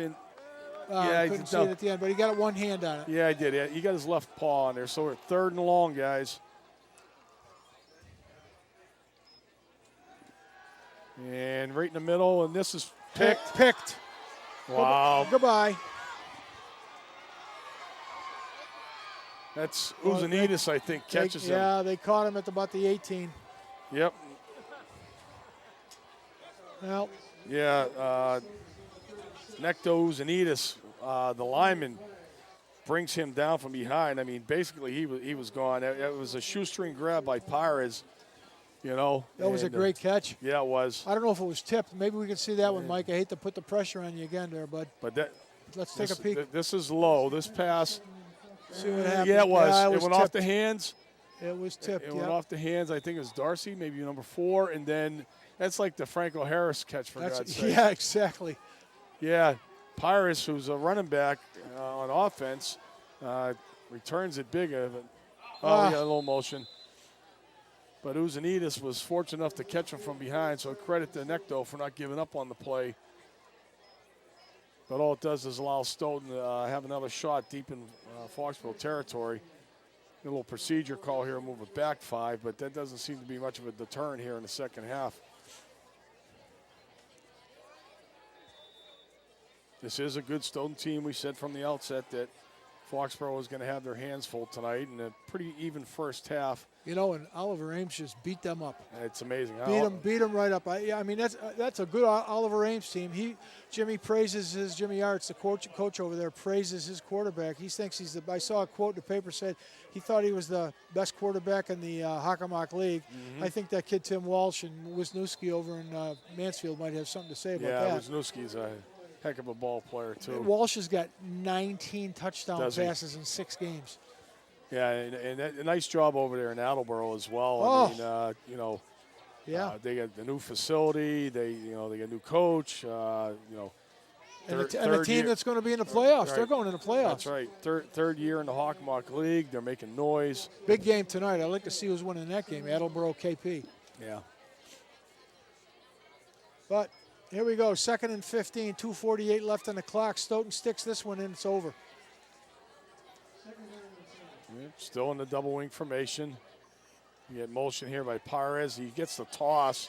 He's got blockers out in front of him. Oh, I'm not sure who that was in the backfield there, but he just got pancaked. One of our D backs. Yep, I think he it was did. 88, Kevin Martinetti. Unfortunately, just got pancaked by a downfield blocker, and Pires picks up the first down. Let's take a look at Pires. He's just watching. Look at it. Marcus Allen 78. right here. Look at him. Just looking. Yep. And Just people missing Yeah. tackles, not coming up. Oh boy. Alam makes the tackle, but he had a wall of guys. That number 78 too. He's another big player there. He's a load. Aguiar, Yep. 5'11", 230, and he moves. Here's the motion, and there's Girolamo through the gut again. Touchdown. And he is in. There it is. Yeah, that'll seal the deal. So basically, we're going to have a pretty meaningless 13, Next 3 games. Yeah. 13 minutes left in this one. Then the next 3 games becomes that hodgepodge schedule of some sort. This is just really disappointing. They came out so flat. They've scored 3 touchdowns in less than 9 minutes. Yeah. You know, you don't like to pinpoint any one play, but the bad snap when we were down there knocking on the door killed the momentum. Killed the momentum. I mean, if you lose 3 yards on the play, it's one thing. When you lose 18, 19 yards and then still almost come back and get in, you know, it's disheartening. And you know, if you go into halftime tied, you know, you get a little good feeling about yourself. We come out, we're only down 7, but we've been a flat team this whole second half. Yeah, we have. Not only that, but we haven't had the ball long either. No. And again, we've seen Girolamo do this all night long. Just a tough kid. He is a tough, hard-nosed kid. I mean, that's probably around 5'8", maybe about 180 pounds. Yeah. Gutierrez is, you know, at the goal line making the first contact. Yeah, it seems like. I mean, that's not good. Yeah, it's not, and it's not Gutierrez's fault. I mean, somebody in front of him has to step up. You know, in retrospect, Doug, when we talk about this season, you know, this could easily have been a very, very good season, and it could finish up as a very good season. We got a very young team, but we haven't beaten any good teams. Yeah. And we thought Walpole, when we saw them opening night, we're going to be great. We thought they were going to be great. I mean, they had a veteran team, and Buzzy with another good return brings it out near the 50. But yeah, Walpole came in here and they were clicking on all cylinders. Yeah. Had a veteran team. Veteran quarterback, very good quarterback, and they're 4-2. They're 4-2, and they're playing Natick tonight. Yeah. So I mean, which means they'll be 4-3. Yeah. So you know that was a test. Whitman Hanson, who's normally a strong program, again hasn't offered us any help by beating them. They're not winning games. They haven't won one. Yeah. So that hurts us as well. Oliver Ames basically dismantled us in a game. Yep. Just like these guys are doing tonight. But, you know, again, we played a good game against Canton, a good game against Sharon. Maybe not strong teams, but it gives you momentum. Martin has nowhere to run there. Well, I like what I see at that young man. He's a tough kid, and I like what I saw tonight with him is what Jack sees every day. He told me he's a good football player. Yeah. He's going to like him. He's going to carry the ball a lot. Yeah. Now we got him and we got Neil with who's done for the evening. coming back. And we have an undefeated JV team right now. Yep. All right, and our freshman team is 5-2 and basically has won the small division of the Hawk. Wow, terrific. Kids are playing out of their minds. They had a big 7-6 win yesterday. And my son tells me now that the good news is they just won their division. The bad news is they got like North Attleboro, Attleboro, Mansfield, those teams coming up on the horizon. KP, you know. So they're playing the traditional Hawks schedule at the sub-varsity level. So that way there you keep those old rivalries intact. So, but the varsity level, it'll be a crapshoot. Who we play next week, whether we're home or away, we don't know.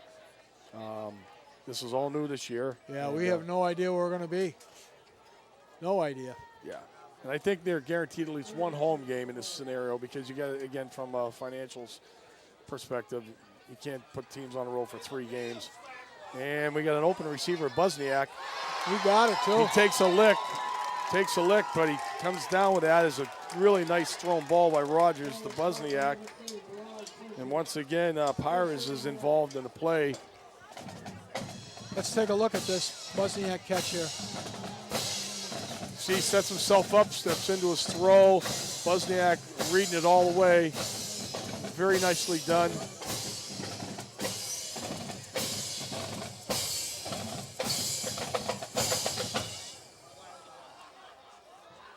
So now we got 2 backs in the backfield, and that's Feaster's checked in, and he gets the handoff. And What grade is he in, Dougie? Feaster's a junior. He's a junior? Yeah, Feaster's a junior. Buzniak's a junior. It's feast or famine. Yeah. There you go. You know, you got Jake Pons, another good running back. Again, junior, young Dave Henry. Junior class for Foxboro strong, but as you said, Frank, these other towns have some talented underclassmen as well. Oh, sure. This is going to be a tough team next year over in Stoughton. Yeah. That's the end of this period. We're not going to get this cool. Split second more is what we needed. So time runs out on the third quarter for the Warriors. And we'll switch ends of the field and trailing by 28. Right now we're just trying to break the ice here and get on the board, get something to happen.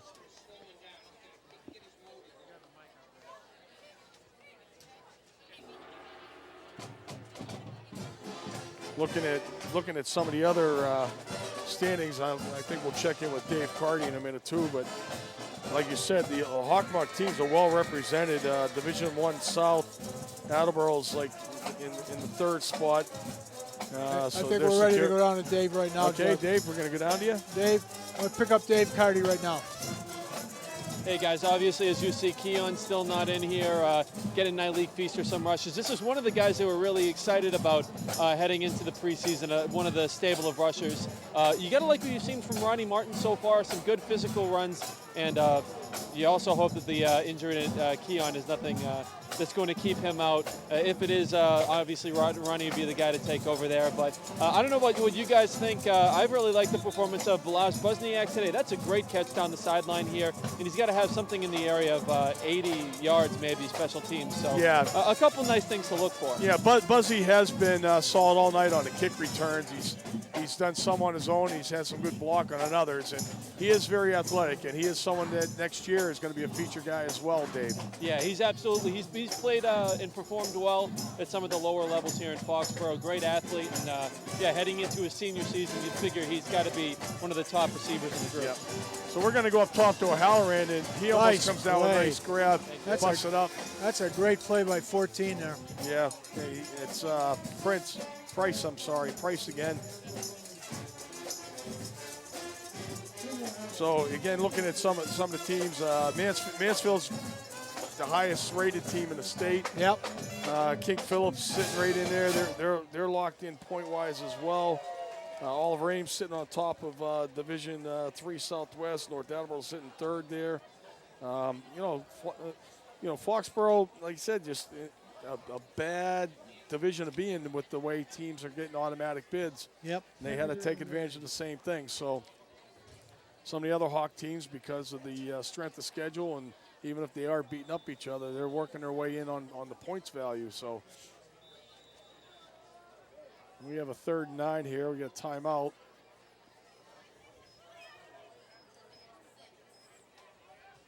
A little confusion with the chain crew. They get number 2 on the down marker, and the guy hasn't moved yet. And I like the old days when everything mattered. Every game they played, they played the Zavarians and the New Bedfords, and they played. You know, they were Division III at that time, and we didn't care who we played. Martinelli was just going out there playing the best possible teams he could go. He could go against.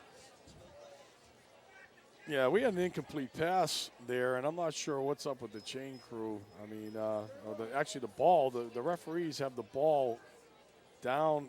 They're moving the chains. Was there a penalty or something? Did I miss something? I didn't see a penalty, Doug. Something happened. Something moved. 1st and 10. Yeah. We had an incomplete pass, and Foxborough gets 1st down out of it. So this is Darcy out in the flat, and he's going to get thrown out of bounds. Green does the damage there. Picks up a couple yards to get inside the 10. Foxborough can pick up a 1st down about the 3.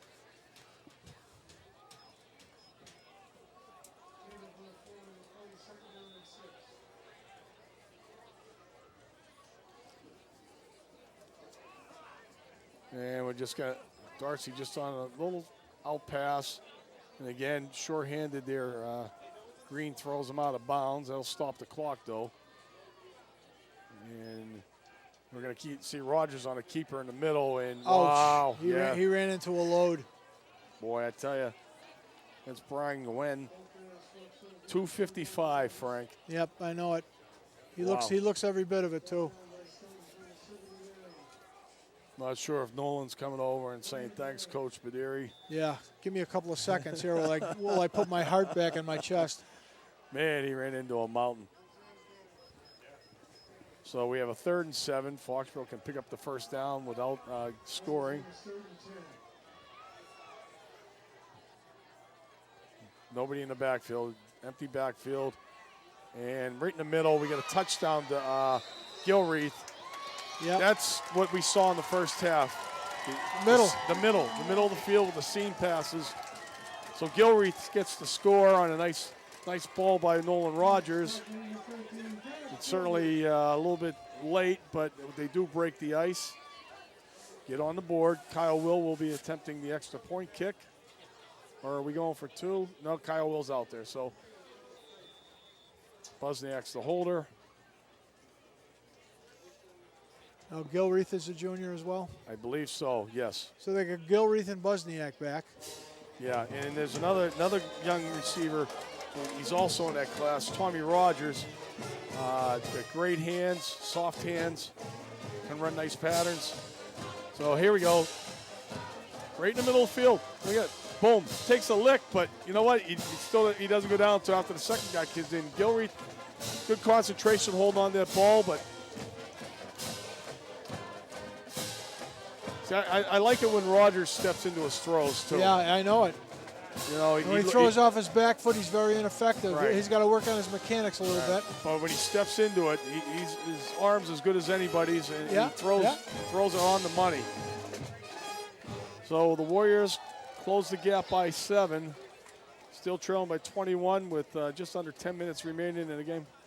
Oh, I'm sorry, missed the extra If point. I had a suggestion for that young man, I'd get him to a camp this summer, a 2-week camp if they could find it, and work on his mechanics and get in the weight room, put on 15 pounds. He'd be an effective quarterback next year, really effective. So Foxborough is loading up for the onside kick here. Stoughton's smelling it.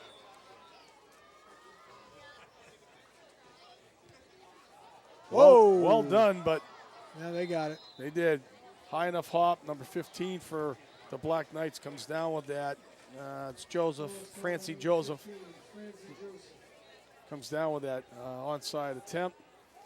Well, I don't think we've used the first down I don't think we've used a timeout, Dougie, this half, have we? Maybe one, but we certainly didn't use all 5 like we did in the first half. A lot of confusion at the end of that first half. Yeah, exactly. Well, we're going to see them run the ball, and we're going to call timeout. Not here, but we just need a stop right now. I mean, it's the only way to have any hope here is you got to come up with a turnover, 4-down stop or turnover, and And this is Green. And they do nice, they drag it out, string it out there, and like really no gain. So unfortunately, he kept them in bounds, so the clock does keep moving. But they need it. They need a stop here or the turnover, as you said, Frank. You know what I'd like to see, Doug? I'd like to see a time clock for the quarterbacks on both sides of the field so they can keep track of the time. Small investment, I'm sure. I wonder if it's legal. I wonder if it's legal in high school here. I don't know. We got them in basketball in high school. Yeah, exactly. Here's Just the something timeout on by the, Stoughton. something on the goalpost. Yeah. They can sort of quarterback and.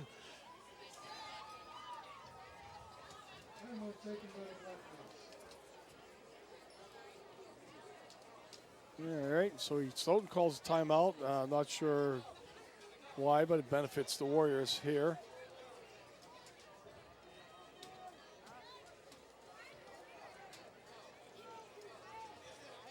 Yeah, they've got a nice nucleus. They got almost that the offensive line is all back too, I think, isn't it? Or but Most one, of them. but one. Yeah, most of them.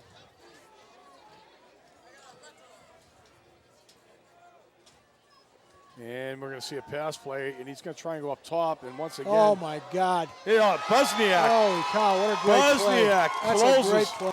There you go. To Dave Carty's point, the young man has played super tonight for the Warriors. He's been one of the few bright spots. But Gibb had him wide open too. He Yeah, just he couldn't did. get rid of it far enough. Let's take a peek. Great play by Buzniak here. everyone in the house here is thinking another touchdown for Stoughton. And McDonald is behind Buzniak, but the pass is slightly underthrown by Gibb. And Buzniak does a great job of taking that ball away and giving the Warriors another opportunity to march down the field, but it has to be done quickly. That's as good as a punt right there anyhow. He puts Yeah, the ball at the 24-yard line. So Warriors basically have to go no huddle, hurry up offense of some type. They cannot afford to chew up clock. Here's an underneath, get out of bounds, O'Halloran. He's in. Yeah. And he's short, so the clock's moving. Yeah, see, that's just, you know, a young man trying to fight for an extra yard or two instead of taking the 8 and getting out of bounds. So second down and about 2. Stoughton in a prevent. There's Gilreath in the middle. Been there all night long. He picks up about 8 yards out to about the 42-yard line. Yep, they're going to mark it at the 42. First down. Chains will move, stop the clock momentarily. Now it starts again.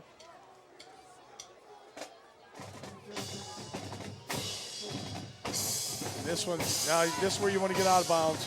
Yep, does a good job. That's Darcy right there. Smart play, take the 5 yards, kill the clock. Ball now at the 47-yard line.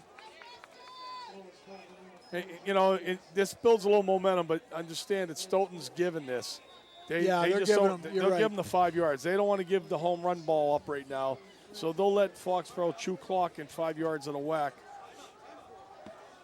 So nobody in the backfield. This has been the formation the whole series. Rogers now out, little bubble screen looked like to O'Halloran, and McDonald just slams him down to the ground. No horse collar though. No, it wasn't McDonald. That was Price. I'm sorry, 14. So he gains nothing on the play. Price just hog ties him. Stoughton seems very confused in the backfield here, the defensive backfield, the linebackers. In the middle again is Gilreath. This one, one-handed grab. That's a good grab there. Number 7 for First down Foxboro. too. Tommy Rogers, that's a young man I mentioned a few moments ago. Very good hands. Let's take a peek at it. One-handed. That Nolan's Good brother? concentration. No, they're no relation actually. No relation. Ball's dropped by Darcy, but you know, no harm. Stops the clock. 7:39 remaining. Yeah, Tommy and Nolan have worked together for years, though. You would think they were brothers. And again, very talented young man.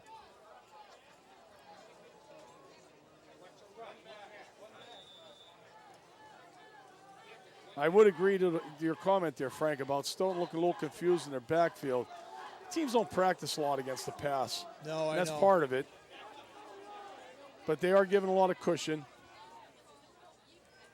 Martin is in the backfield, but there's Gilreath once again. That's another first down. Yeah, it is. He will get it. He's there all night. I like this kid too. He's a nice big target.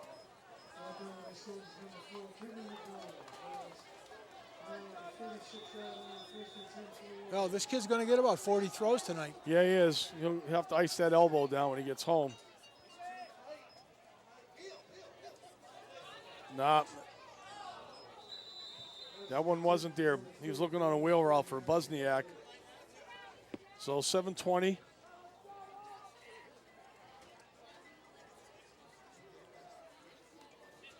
As much as you hate to throw in the middle of the field because it keeps the clock moving, if he's picking up first downs, they can, still react quickly enough to get up to the line. And Oh, sure. Stoughton is giving the middle. It's momentum. Yeah, they're giving the middle.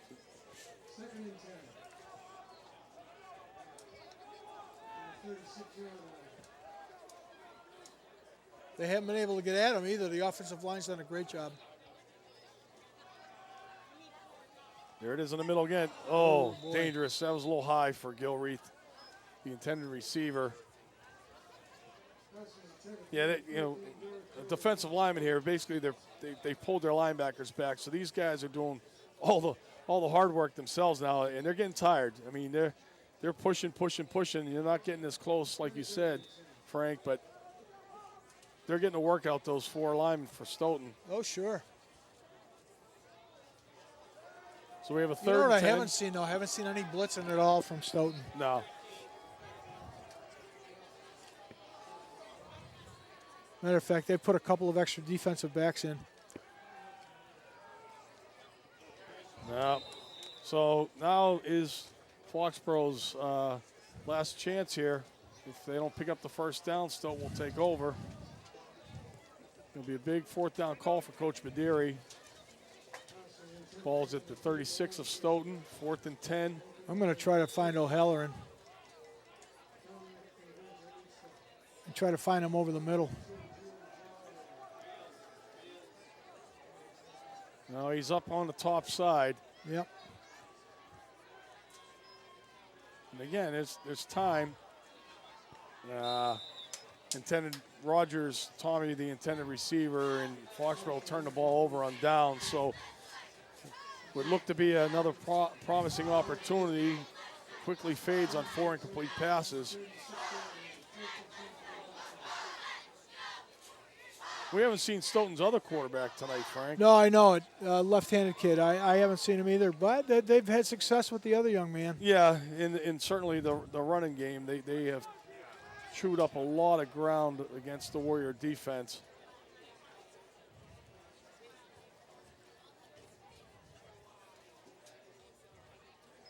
And Girolamo takes it off tackle once again. And Oh, boy. Look at this kid. Oh, boy. Look at this kid go. That's a good 25 yards right there. Yeah, it looks like he's bottled up, and then somehow He spins and out, and he breaks a tackle here, breaks the tackle there, and now he's got. Let's take a look at him again, number 42, Girolamo This here. is hard to figure out because it looks like they got him pinned in. Nice cutout, missed tackle missed there. tackle right there. That's what Missed tackle right there. Yep, little spin move. Yep. And this kid, I mean, he's 5'9", 205, and his brother's 5'8", 240. And this is the younger one. The brother is the nose tackle. He's a senior, but this Girolamo is a junior, so you're going to see him again next year. What are we, a little I trick think play there? as a design play, absolutely. We got another touchdown is what we have. Boy, We got to see that again. That's a that ball was design on the play. ground. He Yeah, it picked it was. up and tossed it. Wait till we see this one. if you have a ground angle on this one, that's the way you're really going to tell how See where the ball is. devious this play is.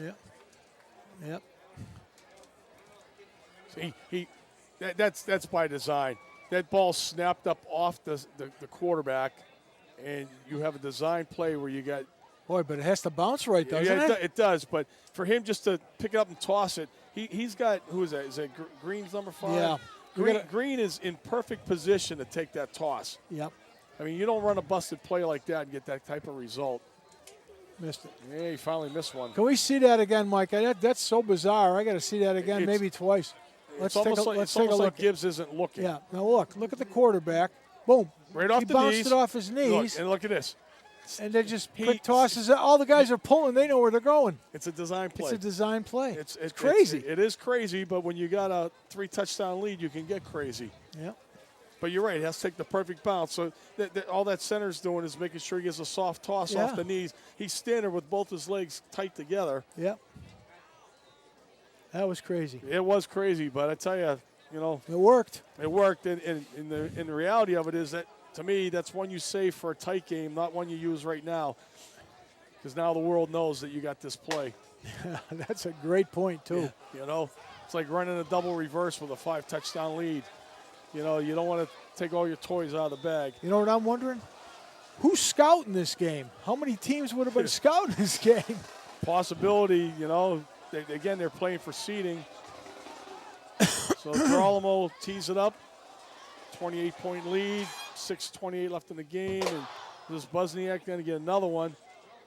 And this time he only gets about 5 yards on the return. Shortest one of the night for Buzzy. He's had a good evening. He certainly has had a nice evening. Yeah, one of the bright spots again, as we mentioned earlier. Well, this quarter is going to take a long time because we're going to throw the ball every play again.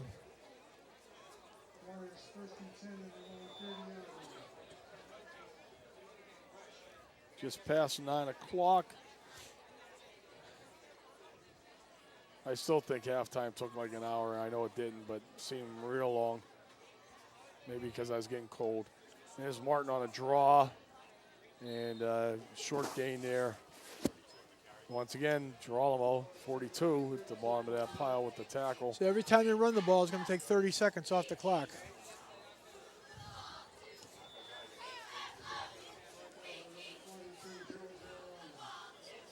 We're under 6 minutes right now.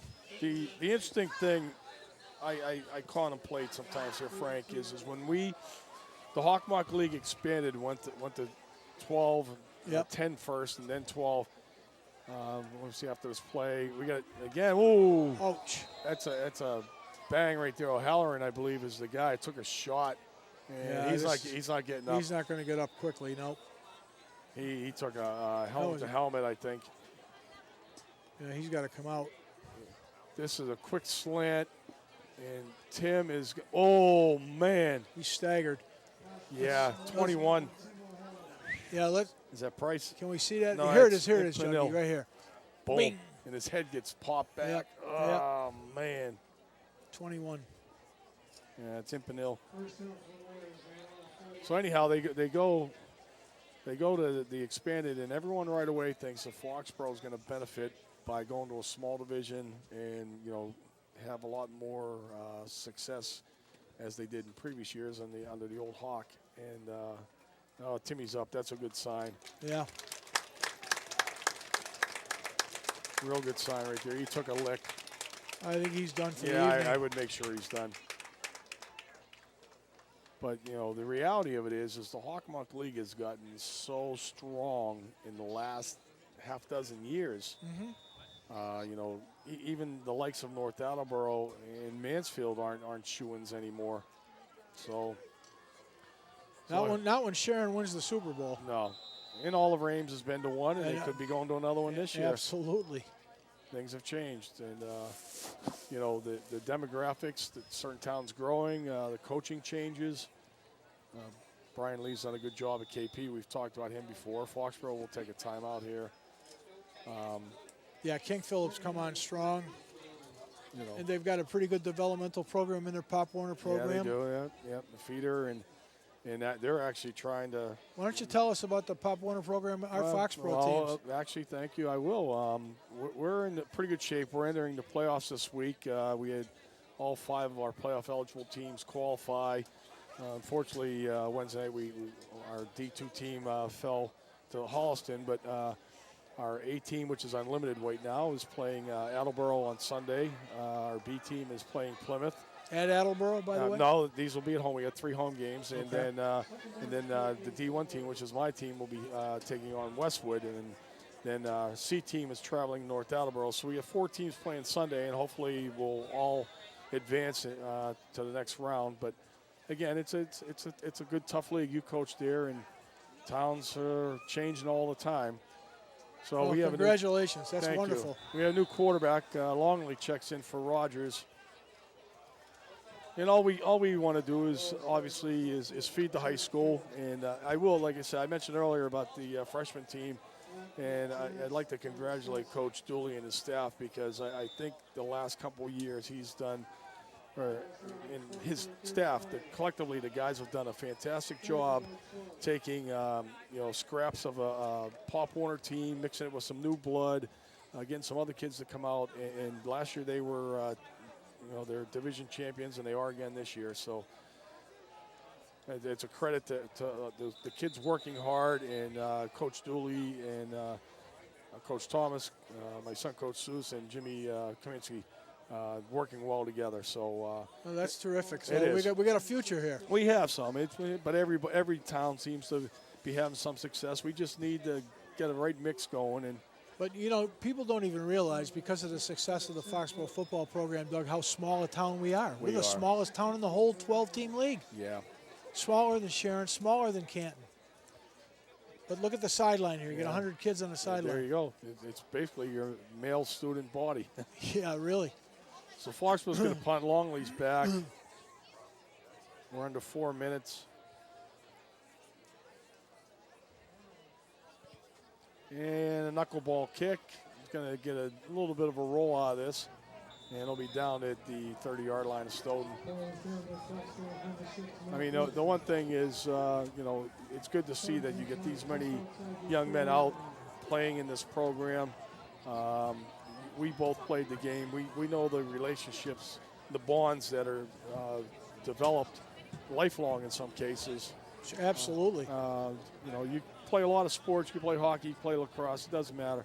I just think when you play football and you're in the trenches with guys, for a long season and 4 years together. Summer season. Yeah. You got summer passing leagues. You got, all the weightlifting stuff that you do. It's just it's a different game than when you and I were playing. Yeah. It's almost a year-round thing. A lot of these kids are going to camps in the summertime. They have to, in order to have a competitive edge. Sure. And do it the right way. I mean, not using the steroids and all the other stuff. There is the right way of doing it. It is hard work. Jack's been a great coach. He's been a great influence to a lot of kids in this community, Jack Martinelli, and he's molded a lot of football talent here. He certainly has, and a lot of good young men. He's helped out a lot of kids and girls too. He's helped out girls at the high school that they look up to him for guidance. He's retired now, but when Coach was there, he was someone that people could count on. Sure.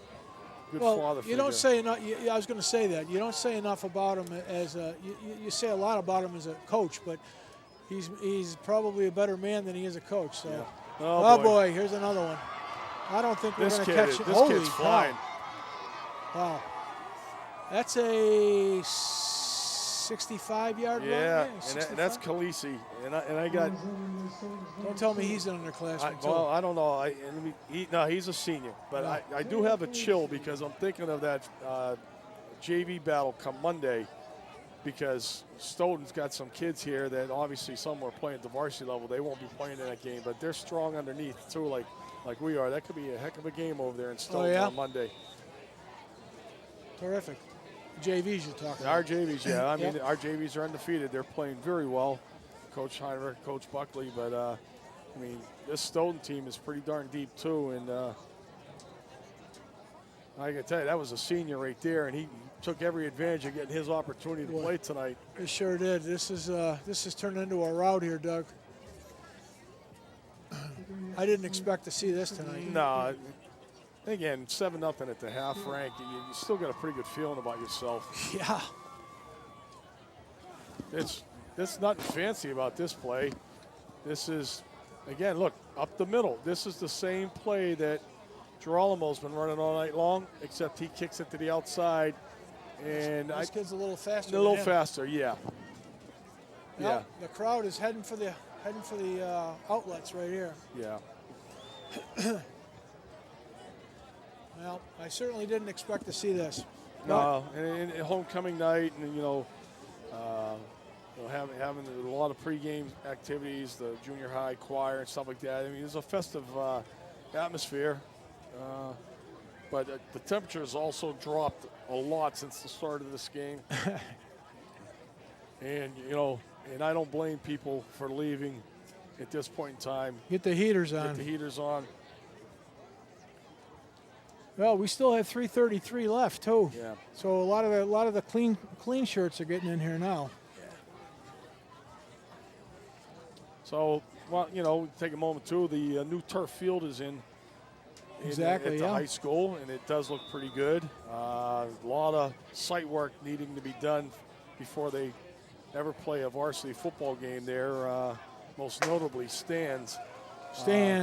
Scoreboard, lights, concession stands, bathrooms, everything.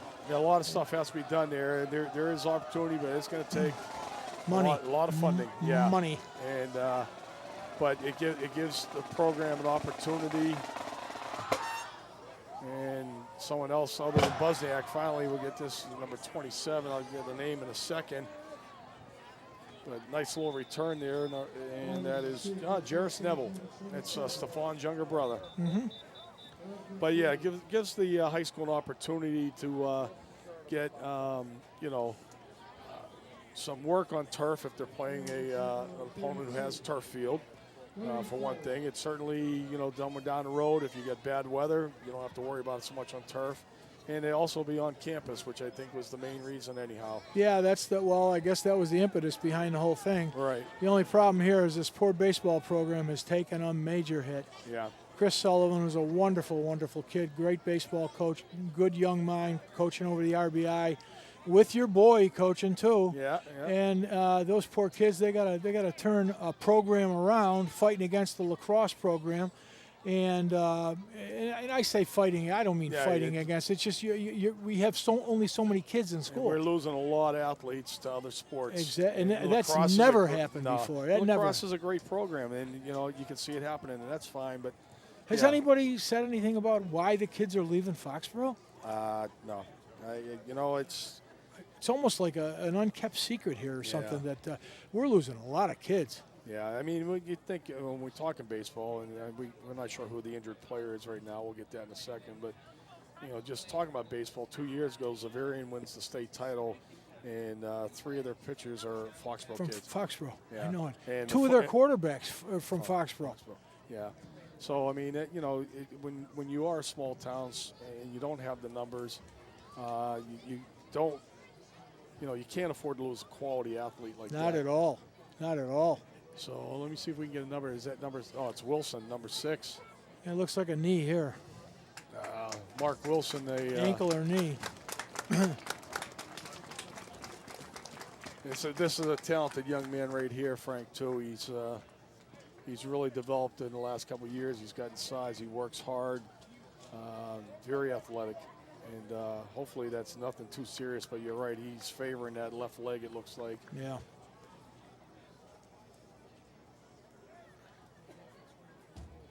Another. Looks like he's in pain. Junior. Yeah. That's always a downside in a game like this when it gets to this point, and kids are out there still trying their best. He's one of our starters on defense, and to lose him in a game that you're down by 35 points is really like, devastating. It's a bad break type of thing, and no pun intended. It's just. So there we go. We got some JV action going on here basically now. And 34, the ball carrier for the Warriors, gets wrapped up quickly. That is Matt Anastasi. I believe he's actually a senior. Have the freshmen, Doug, been playing on the new field? They've practiced. I don't think there's been any games down there yet. I'm not sure if soccer or anybody say. We're told field hockey played down there yesterday, which you know, that's good. I mean, that was where their field was anyhow, so they're back on site. Sure. And I know over the years, even with field hockey, you know, we've had good teams, and then all of a sudden you'll play against like Hingham or somebody that plays on turf year-round. They have the tournament games on turf. Oh, what an advantage. And Foxboro's at a disadvantage right off the bat. So this can only help the field hockey program, too. Mansfield used to run into the same problem. Leland Levine would have dominant teams, and then they would play the Hanovers or somebody on a turf field, and all of a sudden they're not on that grass anymore. And it's a totally different game speed-wise. For those who don't know, and I'm sure most everybody does, Melissa Borderi, from Mansfield, married to our offensive coordinator, Mike Borderi here. She's a wonderful kid. She's a great kid, great mother. Done a great job with that field hockey program. Absolutely. The only thing we got to do is we got to get them on the other side of Grove Street in Foxboro from Mansfield. So they're on Tremont Street. I know. If they go half a mile up the road, they're in Foxboro. Maybe we can help them out someday. I would love to. Mike's got a couple young boys that are getting Pop Warner age, and I think one of them actually is playing already. And you know, Michael is a great football player for coach in his early years in the program, a captain. He's a great guy. Yeah, he is. Great guy. They're all good guys. They're all good guys. We're fortunate. Coaches. We're fortunate enough to have good coaches, and I know. Hey, Jack. If anything, he's loving the fact that his son Brian's back coaching with him. So. That's a great point. Great point. So Foxboro is going to be punting here on 4th down. We got just a little over a minute left in the contest, and interesting snap, but no pressure from Stoughton.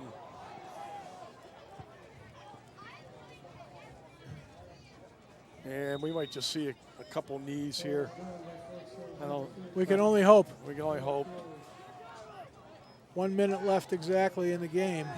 I mean, their last touchdown, in all fairness to anybody, they were just running a power play up the middle, and the kid breaks it. I mean, it's not like they weren't trying to run it up. They weren't trying to run it up. There's just poor tackling on the Warriors' part, and that kid, hey, he's getting into a game. He's going to do his best. You can't tell him it's the first quarter or the fourth quarter. He's going out there and he's going to try and score. So if you would have told me that they would have scored 34 points in the second half, I would have said you're full of baloney. Yeah. I mean, after a 7-0 game, it easily could have been 7-7. Yeah. Our defense played very well in the first half, too. I mean, we did give up one score, but, you know, they played good enough that, you know, they kept us in the game. Frank, if you got the total yards for Stoughton, I'd appreciate that. I'd like to know what they have. Yeah, I'm guessing like 250 in rushing, maybe 300. Yeah. Especially after the long touchdown runs. Yeah, likely over 300 yards in rushing. We got all right, so from the truck we hear 298 in rushing. So and 78 in passing. Yeah, it's darn close. So it's just you know, a very good Stoughton team we saw here. We knew that coming in. We were just hoping that it would be a better result. Foxboro now goes into some pool play. Tuesday night I'll be doing a show with Coach and the AD, Caitlin Brown. We were hoping to be discussing where we'd be playing in the playoffs, but now we're going to see the other side of the coin, which is actually a little more interesting, I think, to try and figure out that part of it versus being in the playoff bracket. So I look forward to talking to them, although, you know, I feel bad for Coach because I know he had high hopes for this year. And the Hawk is just a tough league. The Hawk is a very tough league, and, you know, week in and week out, you know, we have our hands full now. It's no longer Foxboro, Mansfield, North Attleboro. So, well, you look at the two teams at the top of the small schools. Only one loss between them. Yeah. I mean, that's. Yeah. All right, we're going to hop down to Dave for a final comment. Wrap up. Dave, what do you got for us?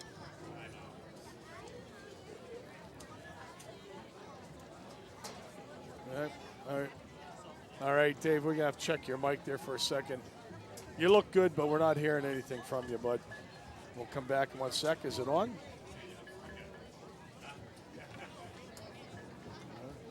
We'll give it one. All right, so we have a little technical difficulties, which is highly unusual for this Cracker Jack team that we work with. if he's able to get something going, we'll go back to him quickly. But I think he's done. He's packing it in. Yeah. Okay. So, we'll do the same. Quick wrap up. Stoughton just overpowering in the second half. Put 34 points on the board. Foxboro, did well passing. They shut down our running game. Neal went out. That hurt.